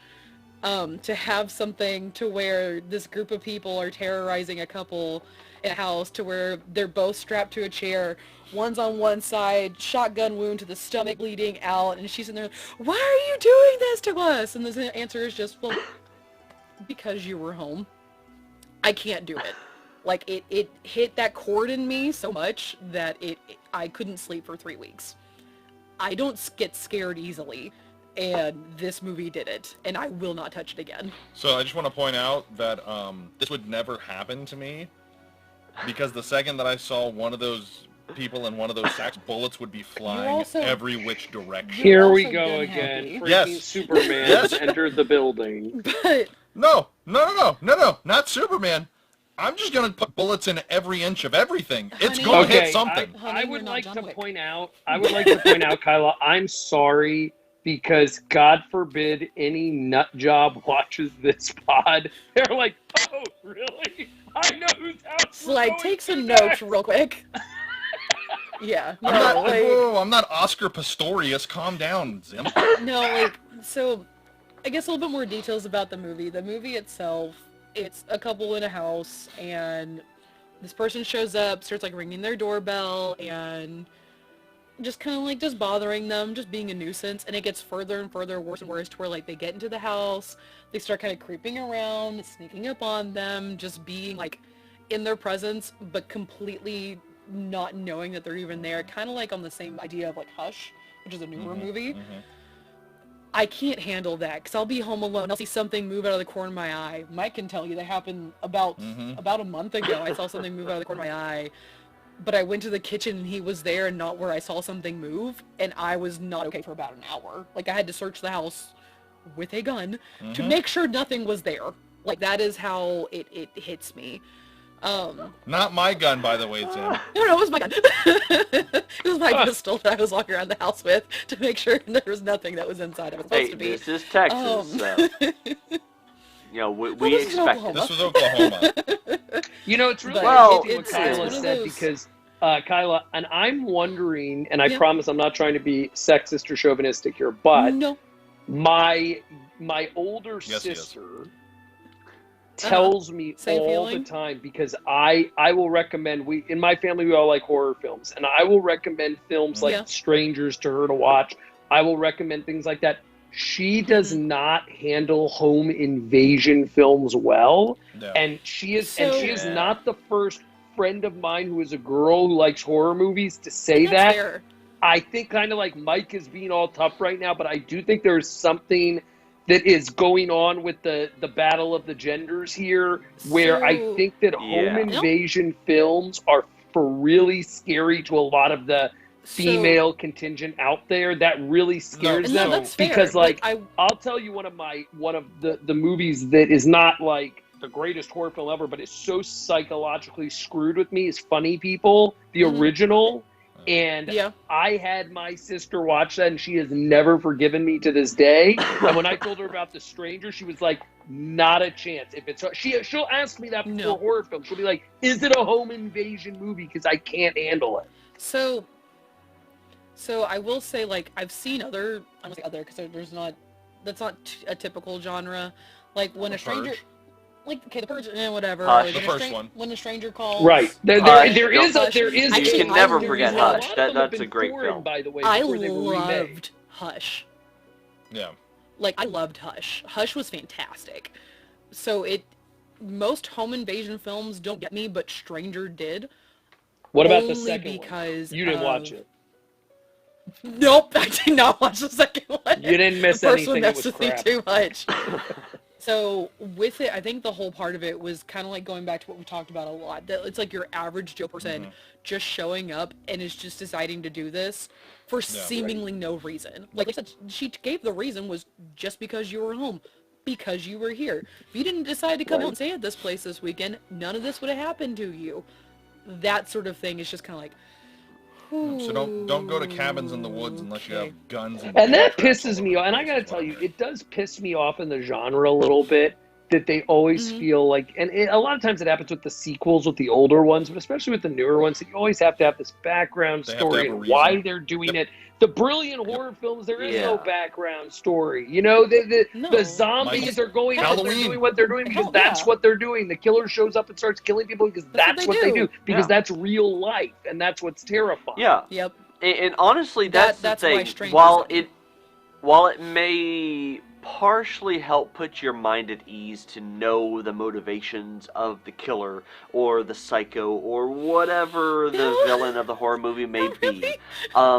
it does have a certain effect on you as an audience member if the villain of your horror movie does not have a motivation other than they're doing what they're doing because they're doing it, and that's it. Full stop. Yes.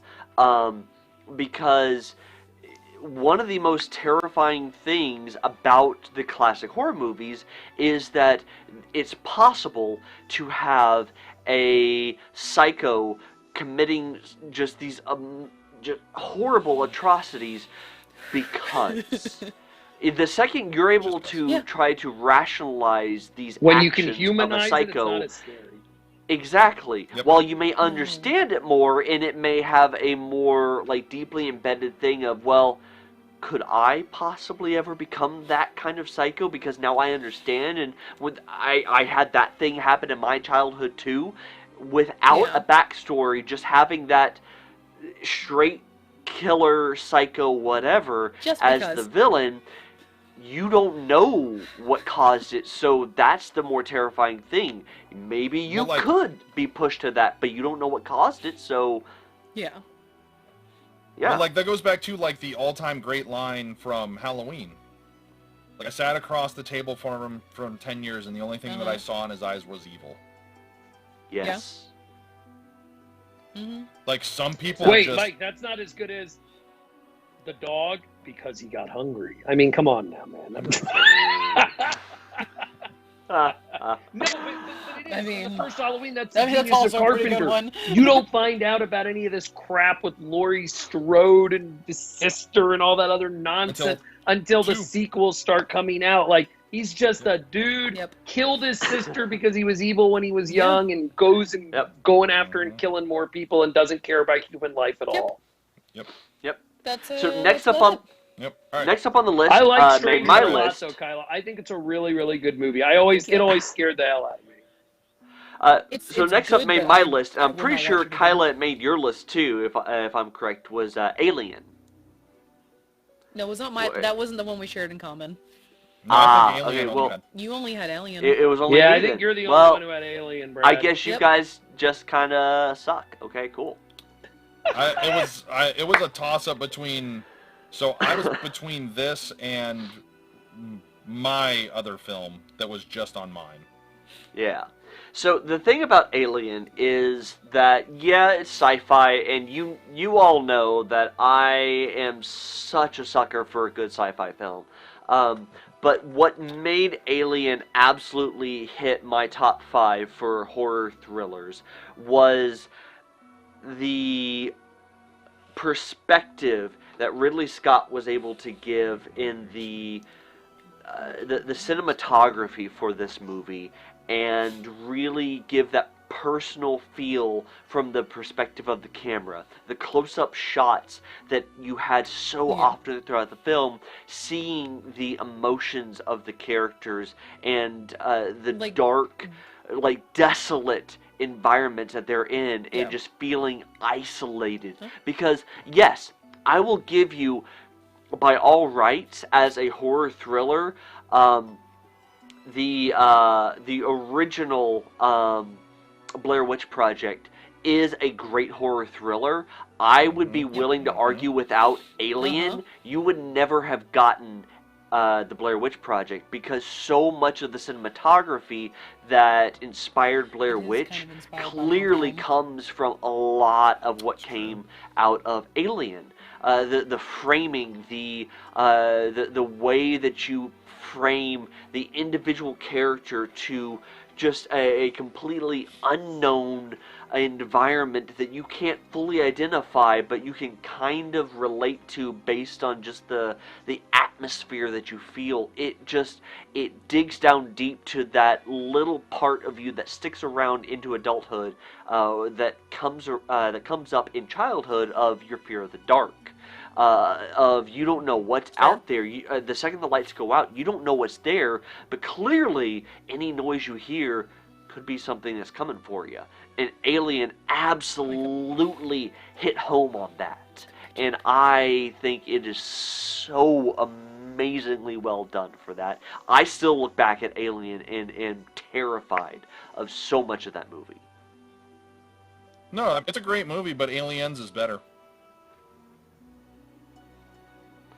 Okay, so before I go down this road, and I'm not even going to go down this. Brad, everything you said, Kyle, feel free, but Brad, everything you said was, feel free to smack him again. Without the beard, Mike, you look like John Larroquette on Night Court. Brad, what I would say to you is, I think I agree with everything you said, and part of, again, Alien is a Ridley Scott masterpiece, which the way he shoots it, the way, it's all great. It's all great, but I will give one bit of criticism, and I love Alien, but here's why Alien could never be on my list. The beginning is painfully slow to me, and I get it. I get that when Alien was made, part of what was going on was showing these new effects they had and this new way of presenting film, and Ridley was showing it to us. But it's kind of like, the same thing with 2001 and some of these other films where they wanted to show you the new techniques and camera work and special effects things. But here's my problem with Alien. Yes, you go back to Alien and watch it. It has not aged very well. I'm going to be the one who So says I'll pose this to you. You say that Alien had a slow start. You say it does. But you also say that Jaws was a masterpiece. Jaws started off just as slow paced as Alien did. What? And yet, what is the first you still consider it to be an amazing build-up. Where does Jaws' build-up separate from Alien's build-up in your perspective, as far as what is slow versus what is I will make that so easy. Brad, the first 2 minutes of Jaws, I'll give it 5 minutes tops, we see Susan Blackledge go into the water naked and she is jolted back and forth with the thing and is killed. And that scene, not only did it dislocate her shoulder and break a bunch of bones in her, but that scene has scared and terrified people for decades and continues to. Alien, the first 5 minutes, forget about the first 5 minutes. I would challenge that the first 25 minutes is, here's the spaceship, here's the space, here's them in the thing waking up, here's the deal. I like it. You know what movie but didn't tell have me that? Aliens. tell me the first kill or the first time the alien pops out. How long into the film does that happen? And that's 30 the genius minutes? of Alien. 40 minutes? That's the genius of Alien. While Jaws did have a slow build up till you saw the shark, Alien established the level of isolation you had. I agree. Which I agree. The big give him terrifying credit, yeah. thing, in my mind, the big terrifying thing that still makes Alien the masterpiece that it is, Jaws hits the fear that everybody has about going into the ocean, which is something that anybody could do. Alien hits on the fear of isolation and what could be out there ready to kill us, of space exploration, which we still have yet to accomplish. And any time you go out to your average person and say, why haven't we properly explored the stars as a human race? Why does it seem like we've kind of stalled?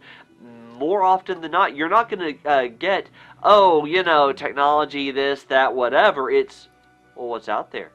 I mean, clearly, everything in the universe is trying to kill us, right but what Who are you else talking is to? trying to kill us?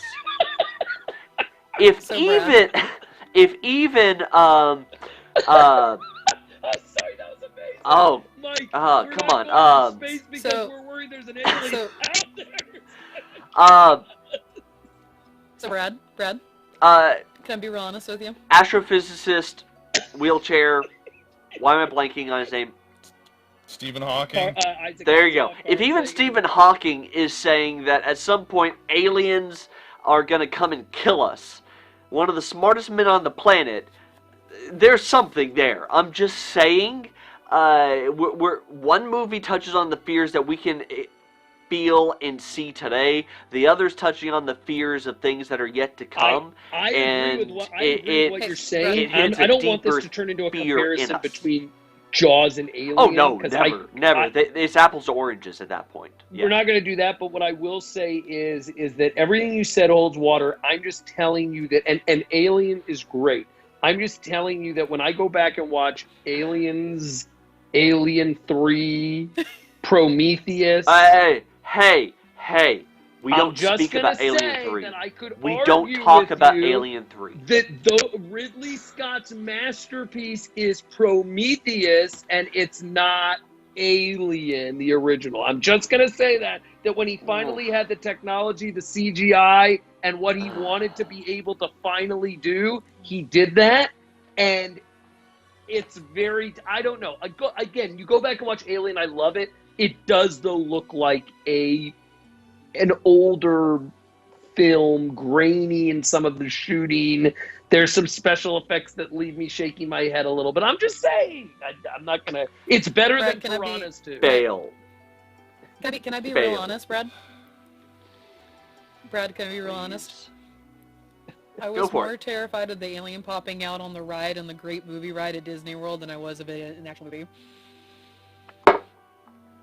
Or when you went to like a Ripley's Believe It or Not in the horror section, that scared the hell out of me. I think actually, you know what? That's genius what she just said, because that 100% is how I feel.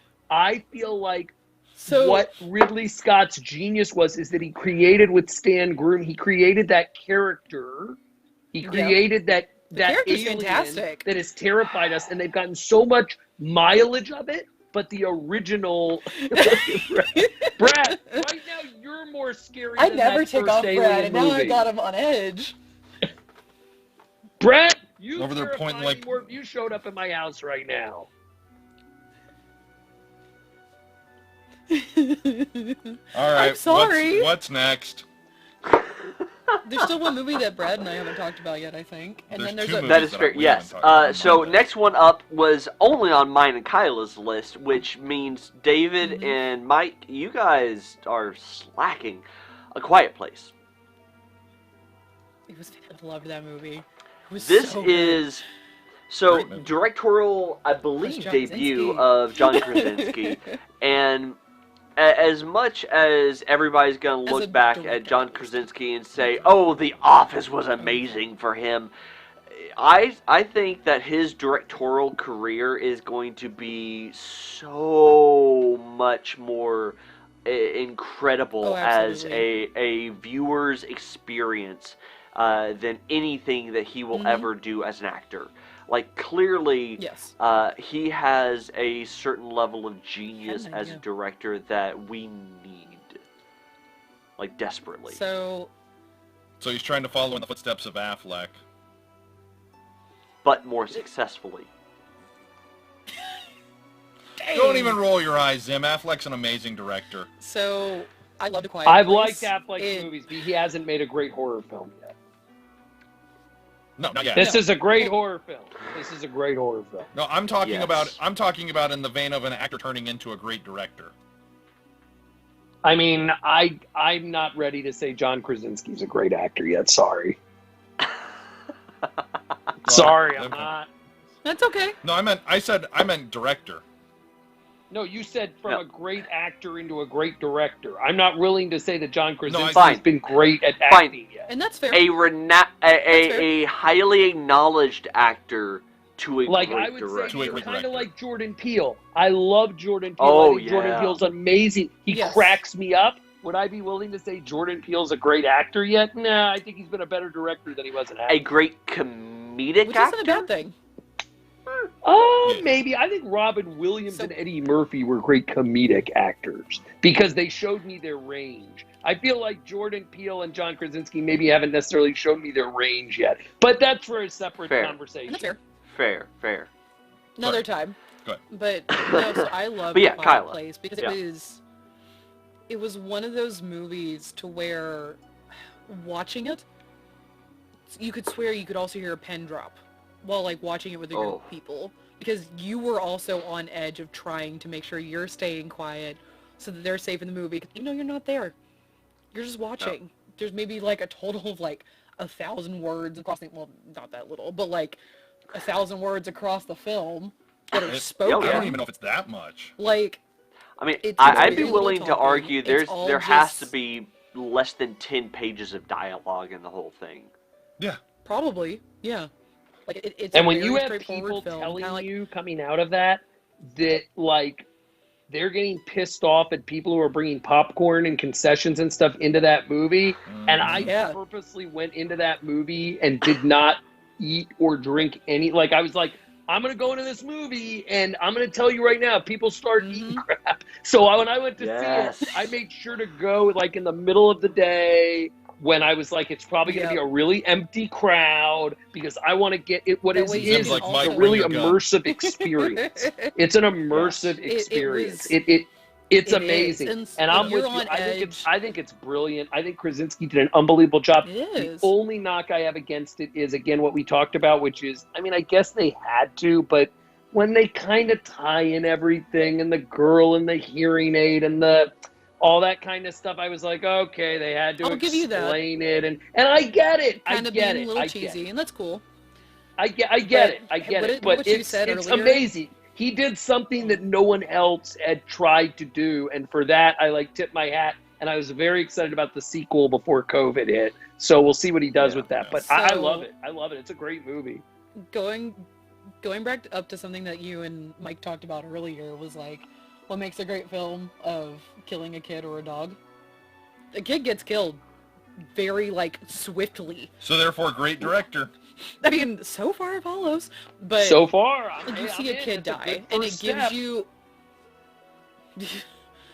I think you see the kid die. I think what, a third of the way into the movie. God, no, I think Oh, it's no, way less. sooner Is than it way that. sooner than that? It's within the first, like, 10 to 15 minutes. Genius. really that Brilliant. early? Yes. Because Oh, I feel yeah. like there was so much story that was even given before you see. No, I what rewatched happens it with the recently. kid. It's 'Cause I within, was like, I was first 10 that to 15. immersed into it. So Yeah, like Yeah. it's I was the that first immersed big into it. gut punch of like, oh. yeah, Yeah. yeah. But like So- it's really fantastic. But like, and Find me a also, Sarah great and director I- who never killed a kid or a dog.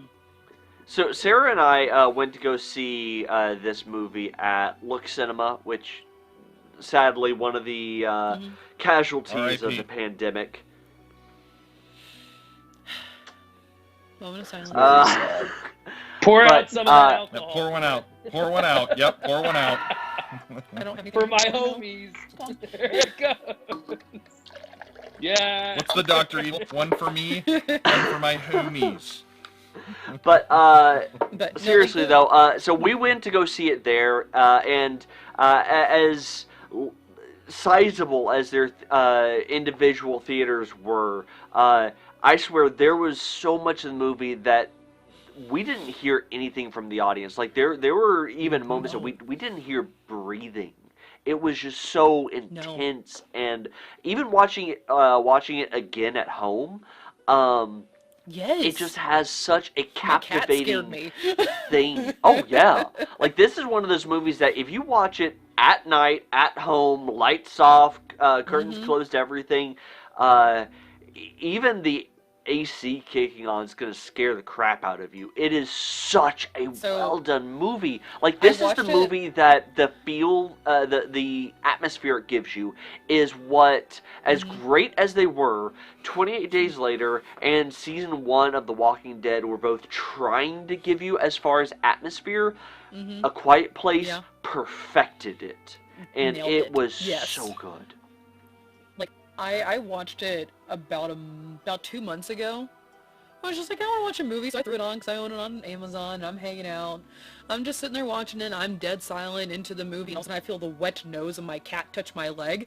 I tell you, I shot up out of my chair and screamed because I was just so immersed into it. And I was just like, oh gosh, what was that? Just because, well, you know. But like, how it's, everything was Well, going I on. know what Like, the Mike sheer and brilliance Tyler of are it, gonna be doing too. later. Mike's gonna put something on his nose and scare the crap out of her.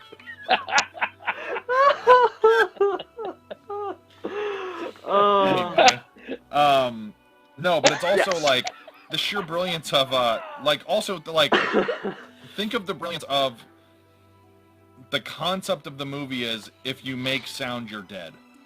Bird Box almost tried to copy it, Yes. just with a different sense. Like so much so But that not like they even make close entire to the paths same of level of sand so that they success. are not making any Nope. sound, and they have to learn sign language. They Bird can't Box tried. close a door Quiet too Place was hard. better. No, Yeah. Oh yeah. like the sheer concept of it is absolutely insane. Because like you don't realize In a good way. how much you communicate and how much sound is actually around you until Yep. you really stop and like as you're watching the movie and you hear like the smallest rustle of a bird. Yep. And then all of a sudden like you don't hear it anymore and you're like, oh, it's that bad. Yep. Yeah. Oh, okay. Like you really have to be quiet. Like you said, sand everywhere. Yep. Like not even going shh, shh, shh. You don't have the conversation until you're at the waterfall and you're like having to like talk over the waterfall so that you're not heard by the thing. And you don't see it, like I said, you don't see whatever is killing everything Yep. until the end. And I- Very similar. and to I the will movie just that say, you as you a- never see it in your film that you've picked, but And I will just say as a final comment on my side, I think maybe the outstanding performance in that movie, and no offense to the kids in that movie, because it is hard to find a good child actor, and both kids in that movie were is. fantastic. But I think the standout performance in that movie actually goes to Emily Blunt, because absolutely. the one scene that solidified it for her was trying to give birth in a tub with one of those monsters in the house, trying not to make a sound, Yep. and the level of emotion that just went through her face, just the pain she felt To and be you able to, felt like, with also her finesse that while whole thing. trying to give birth without making a sound. Like that, like both me and Resilience Sarah, of the woman. first time we saw it, just watched it going, ah, ah. Like it physically hurt us to watch that scene. Like that was so amazing. Yep. Yeah, it was amazing. I can't say enough good things about her. Just that scene alone, let alone the rest of the movie. Yep. Yep. Yeah, no, it's a Yeah. fantastic one. Oh, yeah. Definitely one that keeps you on edge, just Yes. waiting for something to happen. Even like the scene with the older man who Mm-hmm. John Krasinski and his child like run into him, and he's just kind of like snaps finally because I think it was like his wife had just passed, Yeah. and he was just kind of over everything, and he goes ah, and starts screaming. You just see like the sheer terror of just like the smallest noise go across John Krasinski's face and like the kid's face, are just like, what's gonna happen? What's going on? And trying to get they away knew. from this situation. They knew what was Well, going to no, happen. but what's gonna happen to them? Yeah. Though, Yeah. and trying to get away and trying to like survive, and just like you're just waiting on bated breath, and also trying not to make a noise for them to like get away and be safe, and just Yeah. very immersive. Yeah.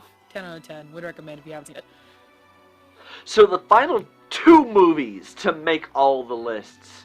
Final three movies to make the lists that we have not hit yet. We have Mike. This one was yours. Three? Mm-hmm. It Which one? Follows. Oh, there's Yes. two. Yep.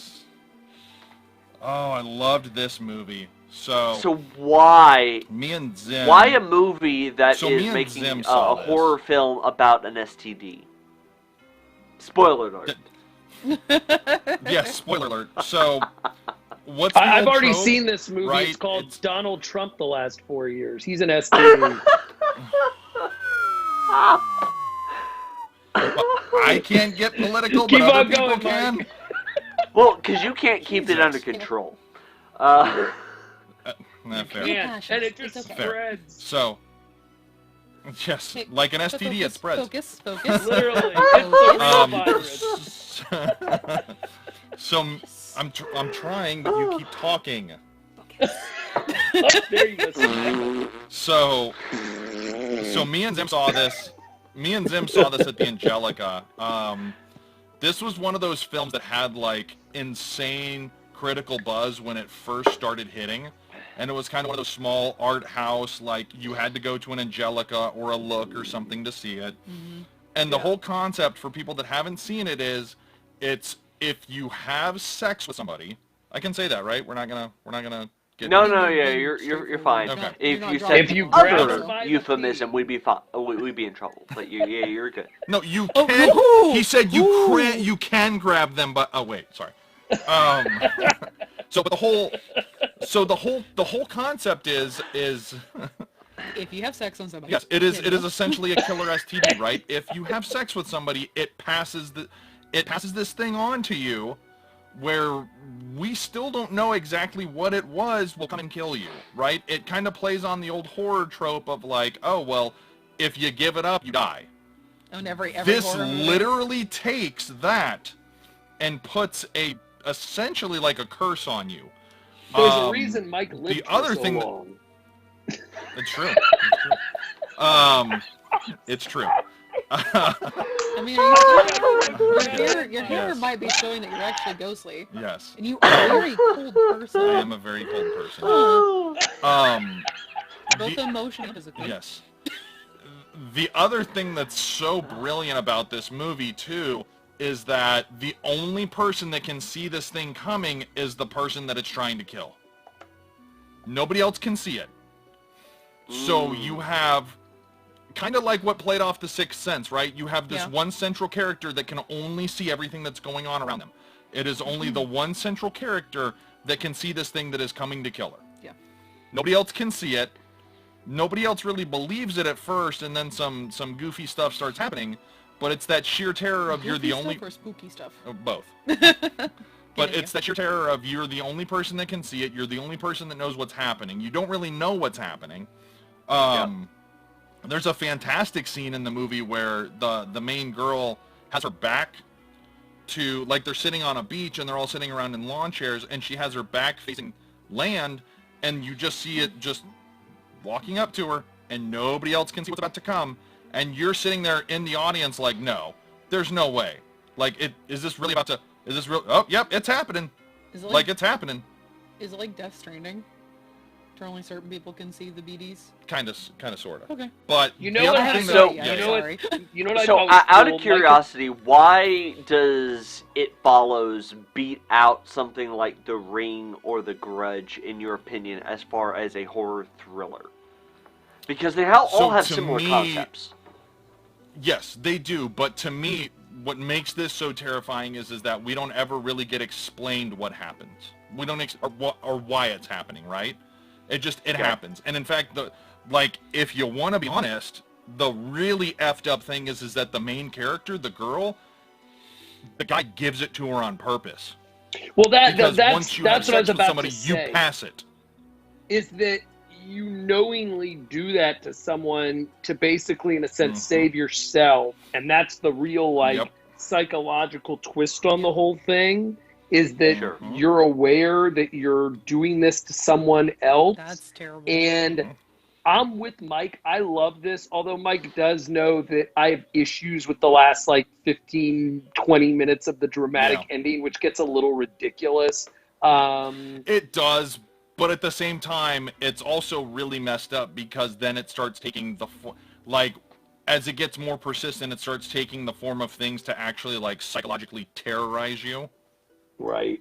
And then it takes the form of her dad, which there's stuff behind that. Yeah. My issue with this, right or wrong, and Mike and Brad, I think both know about this with me, is that while I will always say It Follows is a great movie, and you guys are going to talk about another film on the list, that the reason I will never put that film on the list is this is just my own purist mentality, which is this is a film that does not hide away from the fact that it's not just inspired by other horror films.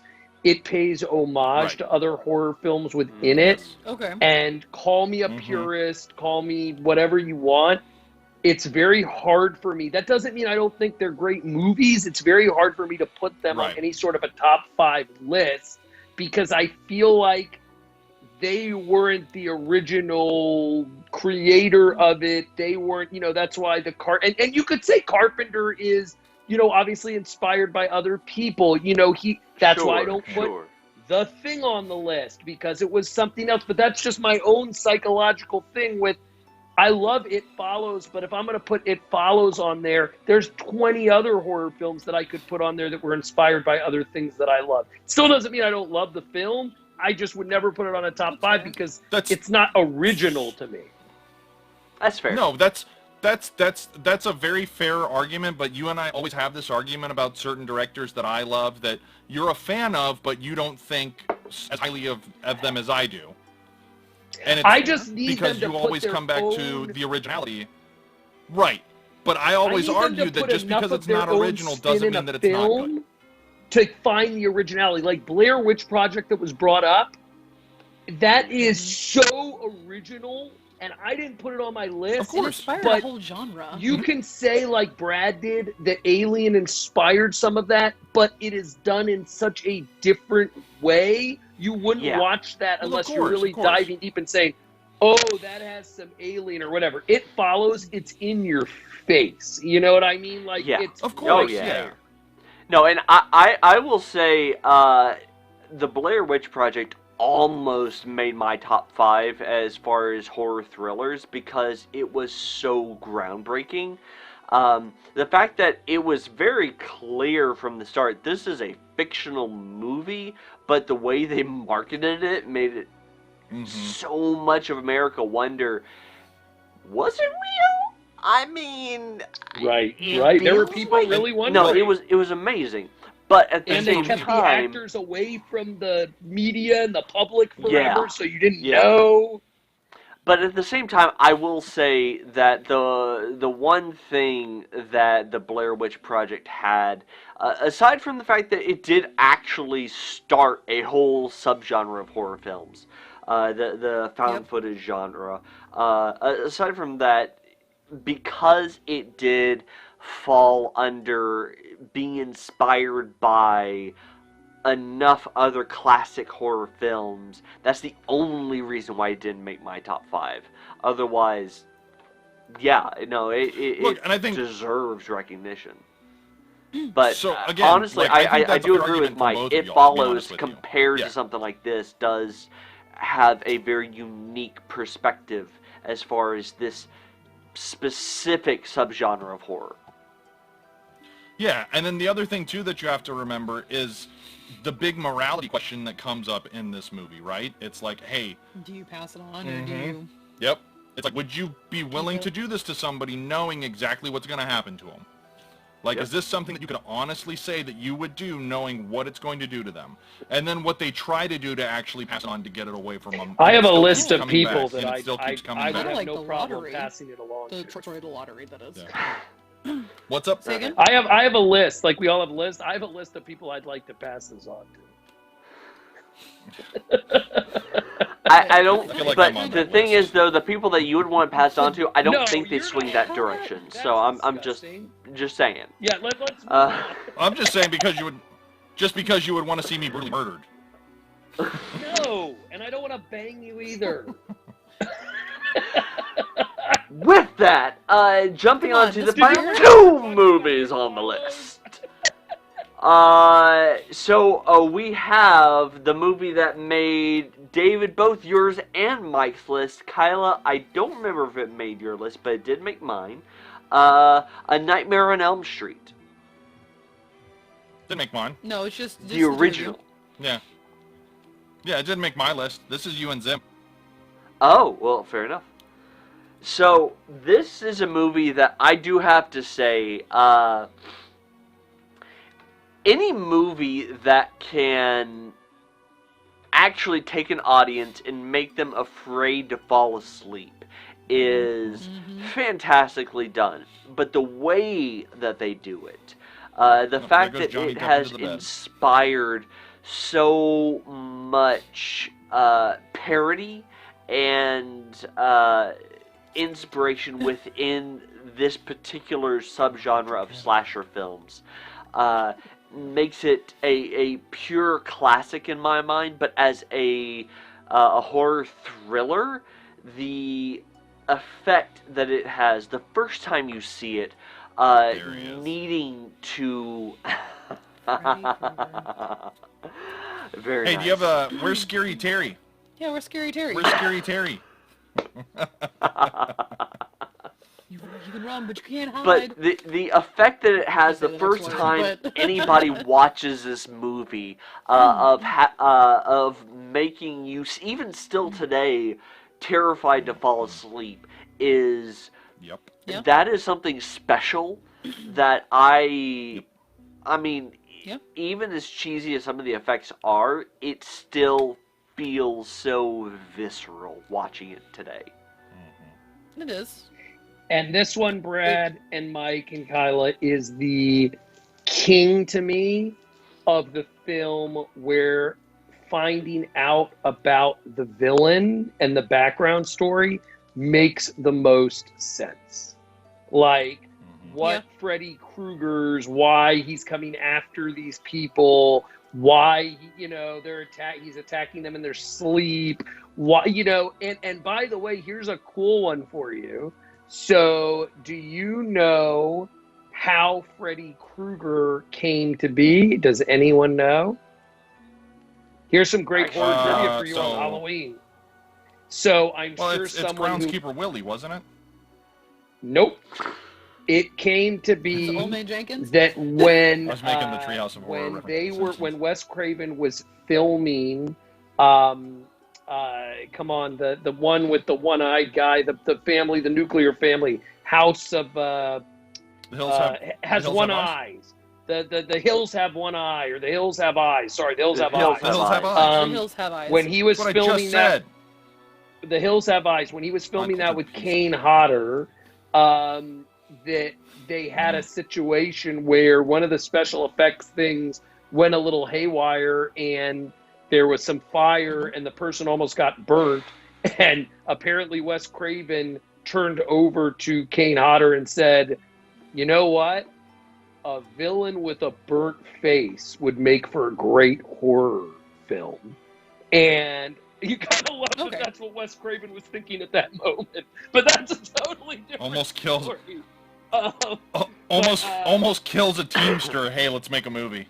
Right, exactly. But by your I'm with you accident. guys. How does Look, that make you it's feel? so genius. It's so brilliant. It's great. The making of this film, what 100%. it took, the beginning of New Line Cinema, the whole story behind it, creating an iconic character. This is before Freddy was cheesy and silly, and he was just this dark, devilish, thing that was getting Parody you, of himself. And again, kind of like Brad, like what you were talking about with Alien, right? We're not going to space. You don't have to get into the ocean. And when can Just have to people go to sleep. protect you? Your parents can protect you if you go run into their room. The police officer can protect you if you call 911 or go running into the police station. Your friends can help run when you you if you sleep. go to them.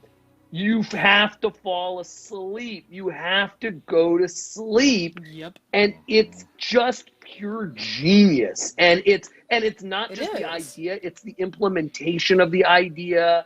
It's the way they did it. It's and again, by the way, Heather Langenkamp is as good in this movie as Johnny Depp, if not better. And Robert Englund is as good as any villain, because let's also remember something. Jason doesn't talk. Michael Myers doesn't talk. Freddy is the Alien doesn't talk, right? Freddy is one of the few iconic character villains that is talking and saying things and doing, and it's just like, it's awesome. And again, he's not some super, Jason is huge. Michael Myers is this strong character. Freddy is this skinny little wimpy kind of thing with a claw that's kind of lanky and running goofy and coming around. It's genius. To me, that is Wes Craven's masterpiece with all the things I love him do. This is the best thing he gave to the horror genre, in my opinion. And I will say, as many people that enjoy the greatness that is Johnny Depp, and especially seeing him back in his youth as one of his earlier films, A Nightmare on Elm Street has a very unique place within his movie repertoire, even considering the fact that, like half of his movies are somehow inspired by horror-ish. Definitely Tim Burton, but like, Tim Burton is the even reason still, that Johnny Depp still has a career. I would argue with you, and you guys can tell me your thoughts on this. I would argue with you, Freddy Krueger might be the best, if not the best, creation of a horror villain. He's on the top 2 or 3. And that is coming from me, who loves horror films and loves all of these characters. Find me So I mean, 3 or 4 more that are better than him. That is tough. Not only is he the greatest character, but he's also kind of like, you said, there's a lot of parodies of him. Like you mentioned, like Scary Terry and Rick and Morty. Yep. He's in like different franchises. There's a video game called Dead by Daylight, and he's one of the villains that you can play. Has the same concept, puts you to sleep while you're running around, puts you into like the dream sense, and like that's when you can see him and he starts terrorizing you. And that you don't see him, which is so frustrating. If you're playing a video game, that is. And Jason has everywhere. The mask, the hockey mask, and the machete. Michael Myers has the mask and the butcher knife. This dude has the hat, the sweater, the claws, sweater, the and face. It's claws. It's the triple threat, man. Which I will say that the explanation that they give for the claws, as brief as it is one of the most ridiculous explanations for horror villains ever, and yet I am so okay with it. Here for it. Yep. Like, I'm It is okay with because the it could fact have that stopped at some yeah, point. no, it's could have. meant for, like, landscaping, whatever. I'm still okay with as dumb as of an explanation as that is. And by the way, how freaky is it when you really think of the fact that he's a pedophile who was killing little kids in the neighborhood, and like the parents burn him in a fire, and like it's the scariest background of a story. Like it's just terrifying. I mean, like he wasn't yeah. just a bad, like he was evil as a human, bad person like to begin living with, on and then the he just earth, got and then worse. becomes Yeah. more evil. Like, Which, in fairness, considering the fact that the reason why he died as a human is a thing that a lot of us have actually semi-seriously contemplated doing legitimately.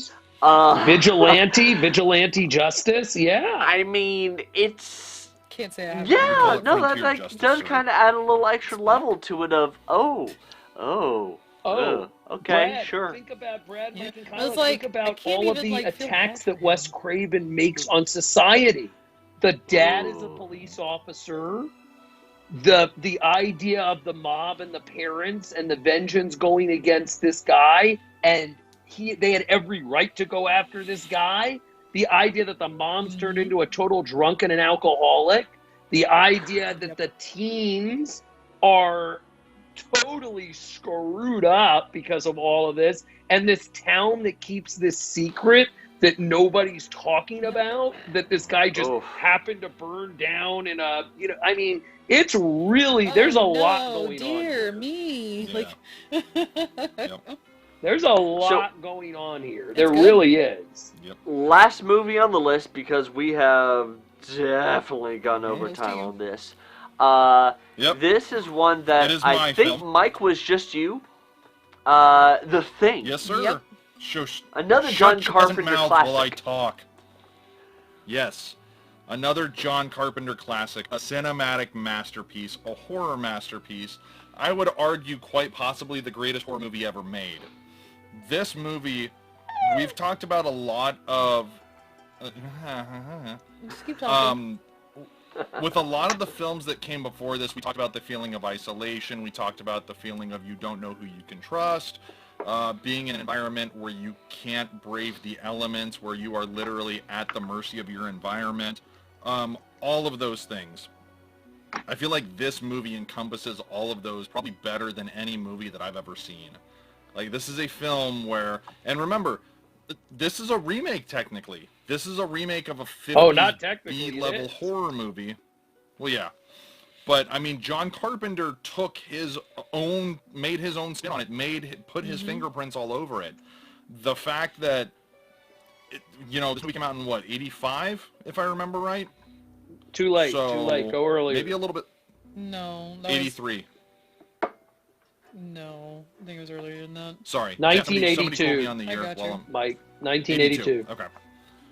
So the fact that this movie came out as long ago as it did, it used so many practical effects that they legit were making. They had the Jim Henson workshop helping to make the puppetry for a lot of these things and everything like that. The special effects still hold up to this day. It's still a very topical, it's a very relatable topic in that. So these guys are just out this Alaskan outpost, basically doing all kinds of weather research, and something comes into the camp. They don't know what it is. We still don't ever really know technically what it is, but it's a parasite that can literally take the shape of any person. So now you don't know who to trust. In fact, there's still debate to this day over the final scene, Yeah. if one of the characters in the final scene is actually human or not. There's debate to this day Yep. who the first person in the camp To actually get infected with? was actually to get infected, because all we see is the dog go into the room and we see the silhouette of a guy. Mike, and what the happens screen to goes that black dog? and it cuts to the next scene. Mike, what happens to It that gets dog? killed by a great director. It's like there's a Second time we talked about a film on this where they kill the dog. Yep. This movie, like, one of the if lines you there's do nothing not more cross like, if you want to connect Did with he the also get general hungry? audience. he did also get hungry. There is something so terrifying about the fact that the person sitting next to you could basically be an alien parasite that is going to basically assimilate you, like, on the spot. And you wouldn't know it. There's something so terrifying about anybody in the room could be not who they say they are. I mean, And you would have no way of knowing. Yep. You will never get me to There's argue literally against a the thing. It's one of my popular video favorite right now. movies of all time. That's I based love on that Carpenter. I love Yep. the thing. I obviously love Kurt Russell, the music, the cinematography, the lighting. R.W. McCready, baby. One of the greatest. I will stand by this. Yes, I agree with everything you said, Mike. The ending that to this day people will argue with you. Do you see Yep. smoke coming out of one of their mouths from the cold, and is that what tells you Yep. the thing is? You hear that Mm, theory. Sure. Also, but that isn't the greatest scene. Scene with the dog isn't the greatest scene. Well, the greatest scene, and it will go on my all-time top 20 all-time scenes in the history of cinema, is when they are testing the blood of Ooh. these guys, and Yep. they are in that Yep. chair with the little flame on the little, paper clip or whatever they're using, and going, Yep. now we're gonna find out who they say they are. And when he puts it into Yep. that thing, and right now the actor's name is escaping me, and each Yep. of them are like, well, I know that you guys are having a good time over there, but when you get a second, can you get me out of this fucking chair? Yep. Each of them is so great, and they build it up, and you're like sitting there with your heart pounding when they check each one, and it's just Hey. so good. That scene is amazing. That scene is amazing. I would almost argue that there's a better scene. When old guy dies of a heart attack, and they're trying to hit him with the paddles, and his chest rips open and rips the arms Really? off of the character that's trying to resuscitate. It's it's alright. that's an amazing It's scene. alright. Better? That is an amazing scene. Better? Are you kidding me? I just told Really? Yes! No. I I'm would sorry, call wait, that wait. cheesier. Thank you very much. I'm sorry. Wait. Hang on. I'm sorry. So you're telling me the scene in which you were trying to save the best life, the life of maybe possibly one of your friends who you've been stationed with for months, and as you're trying to resuscitate him, the sheer terror that comes over you when you realize that that's not actually your buddy, that's an But you're alien but you're that's talking literally about to something else. snatch you But, up. Mike, you're talking about something else. I'm Whoa. I'm Really? talking with you, and I think Brad's with me on this. Brilliant. We're not talking Brilliant. about what the character's feeling. We're talking about what you as an audience member is feeling watching it. And when I'm watching that scene with the blood, my heart is coming out of my chest, because even to this day, I'm like, oh my God, here we go. Right, And but you're telling me that wasn't as jarring of a scene, or just as jarring of a scene? No. When all of a sudden Not you're from like, a oh God, he's not human. psychological standpoint. Wow. Okay. Not I from mean, a you're entitled to Okay. your own opinion, but you know. I think they're both good, but let me be that like Well, weird with impartial person. that- I enjoy both.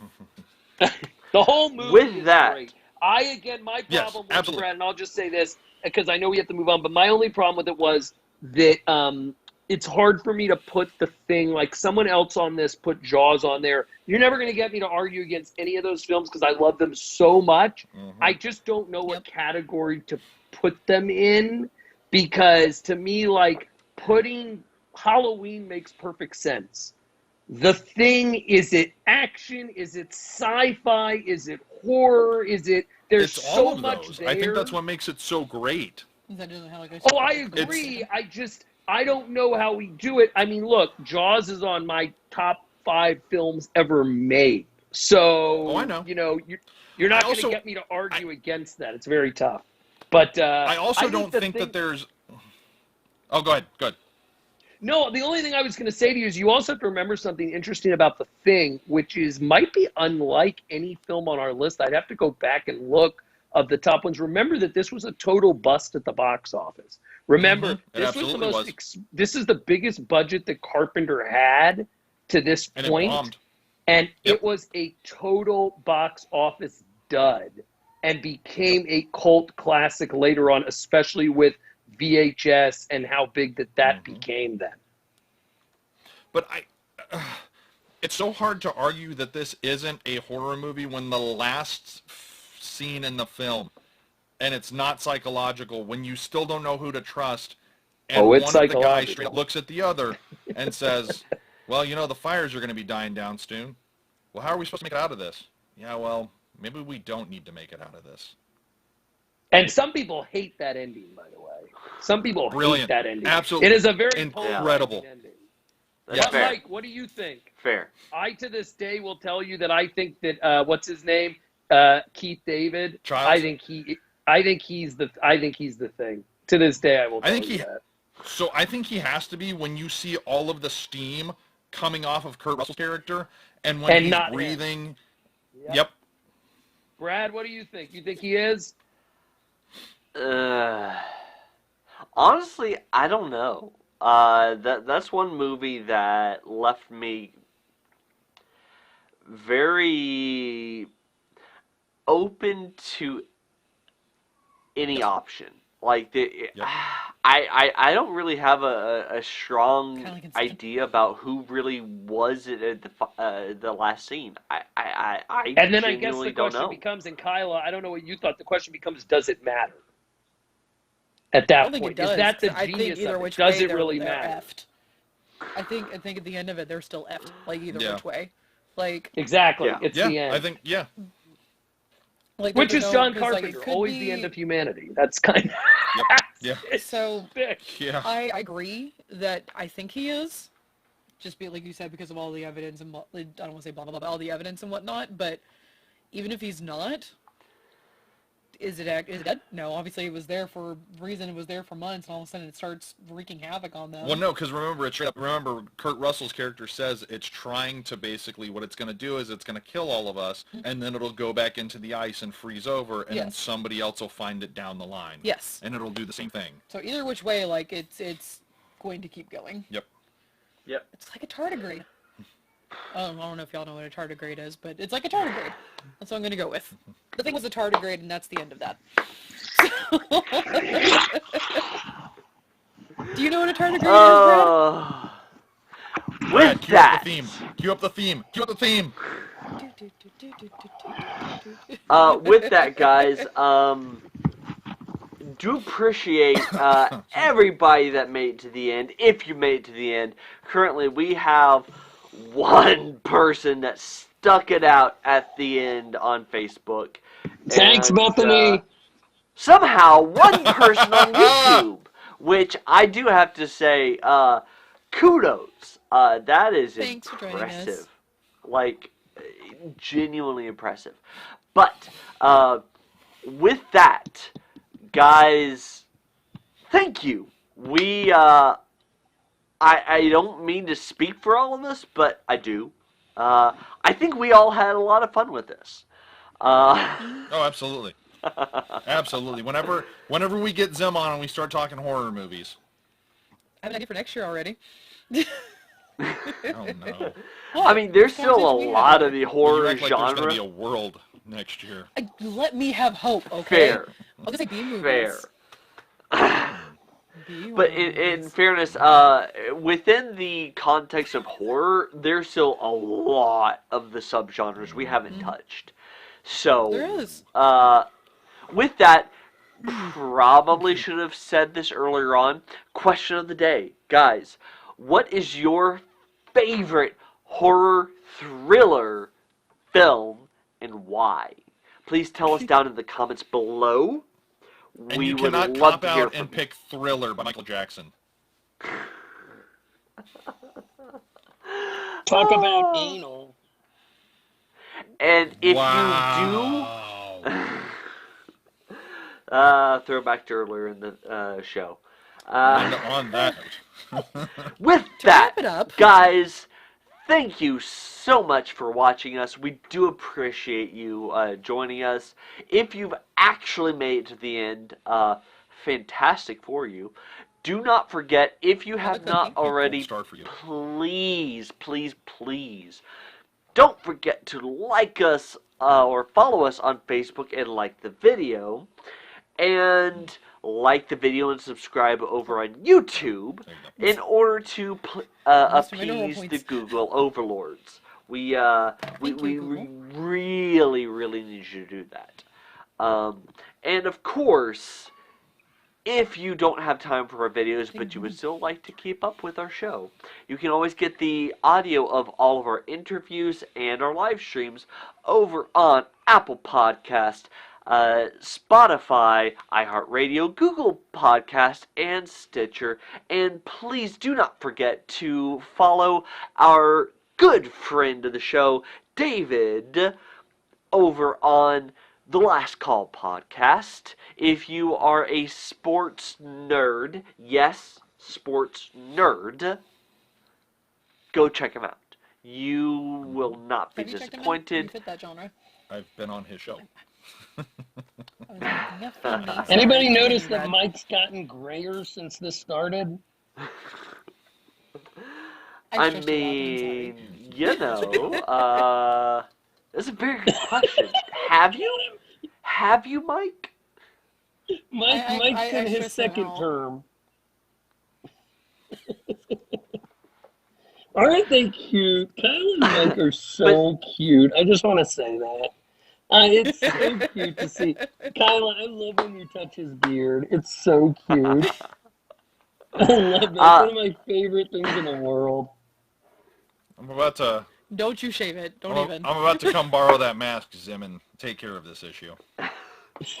But, once again, Hard eye roll. I'm Brad. That's Mike and Kyla.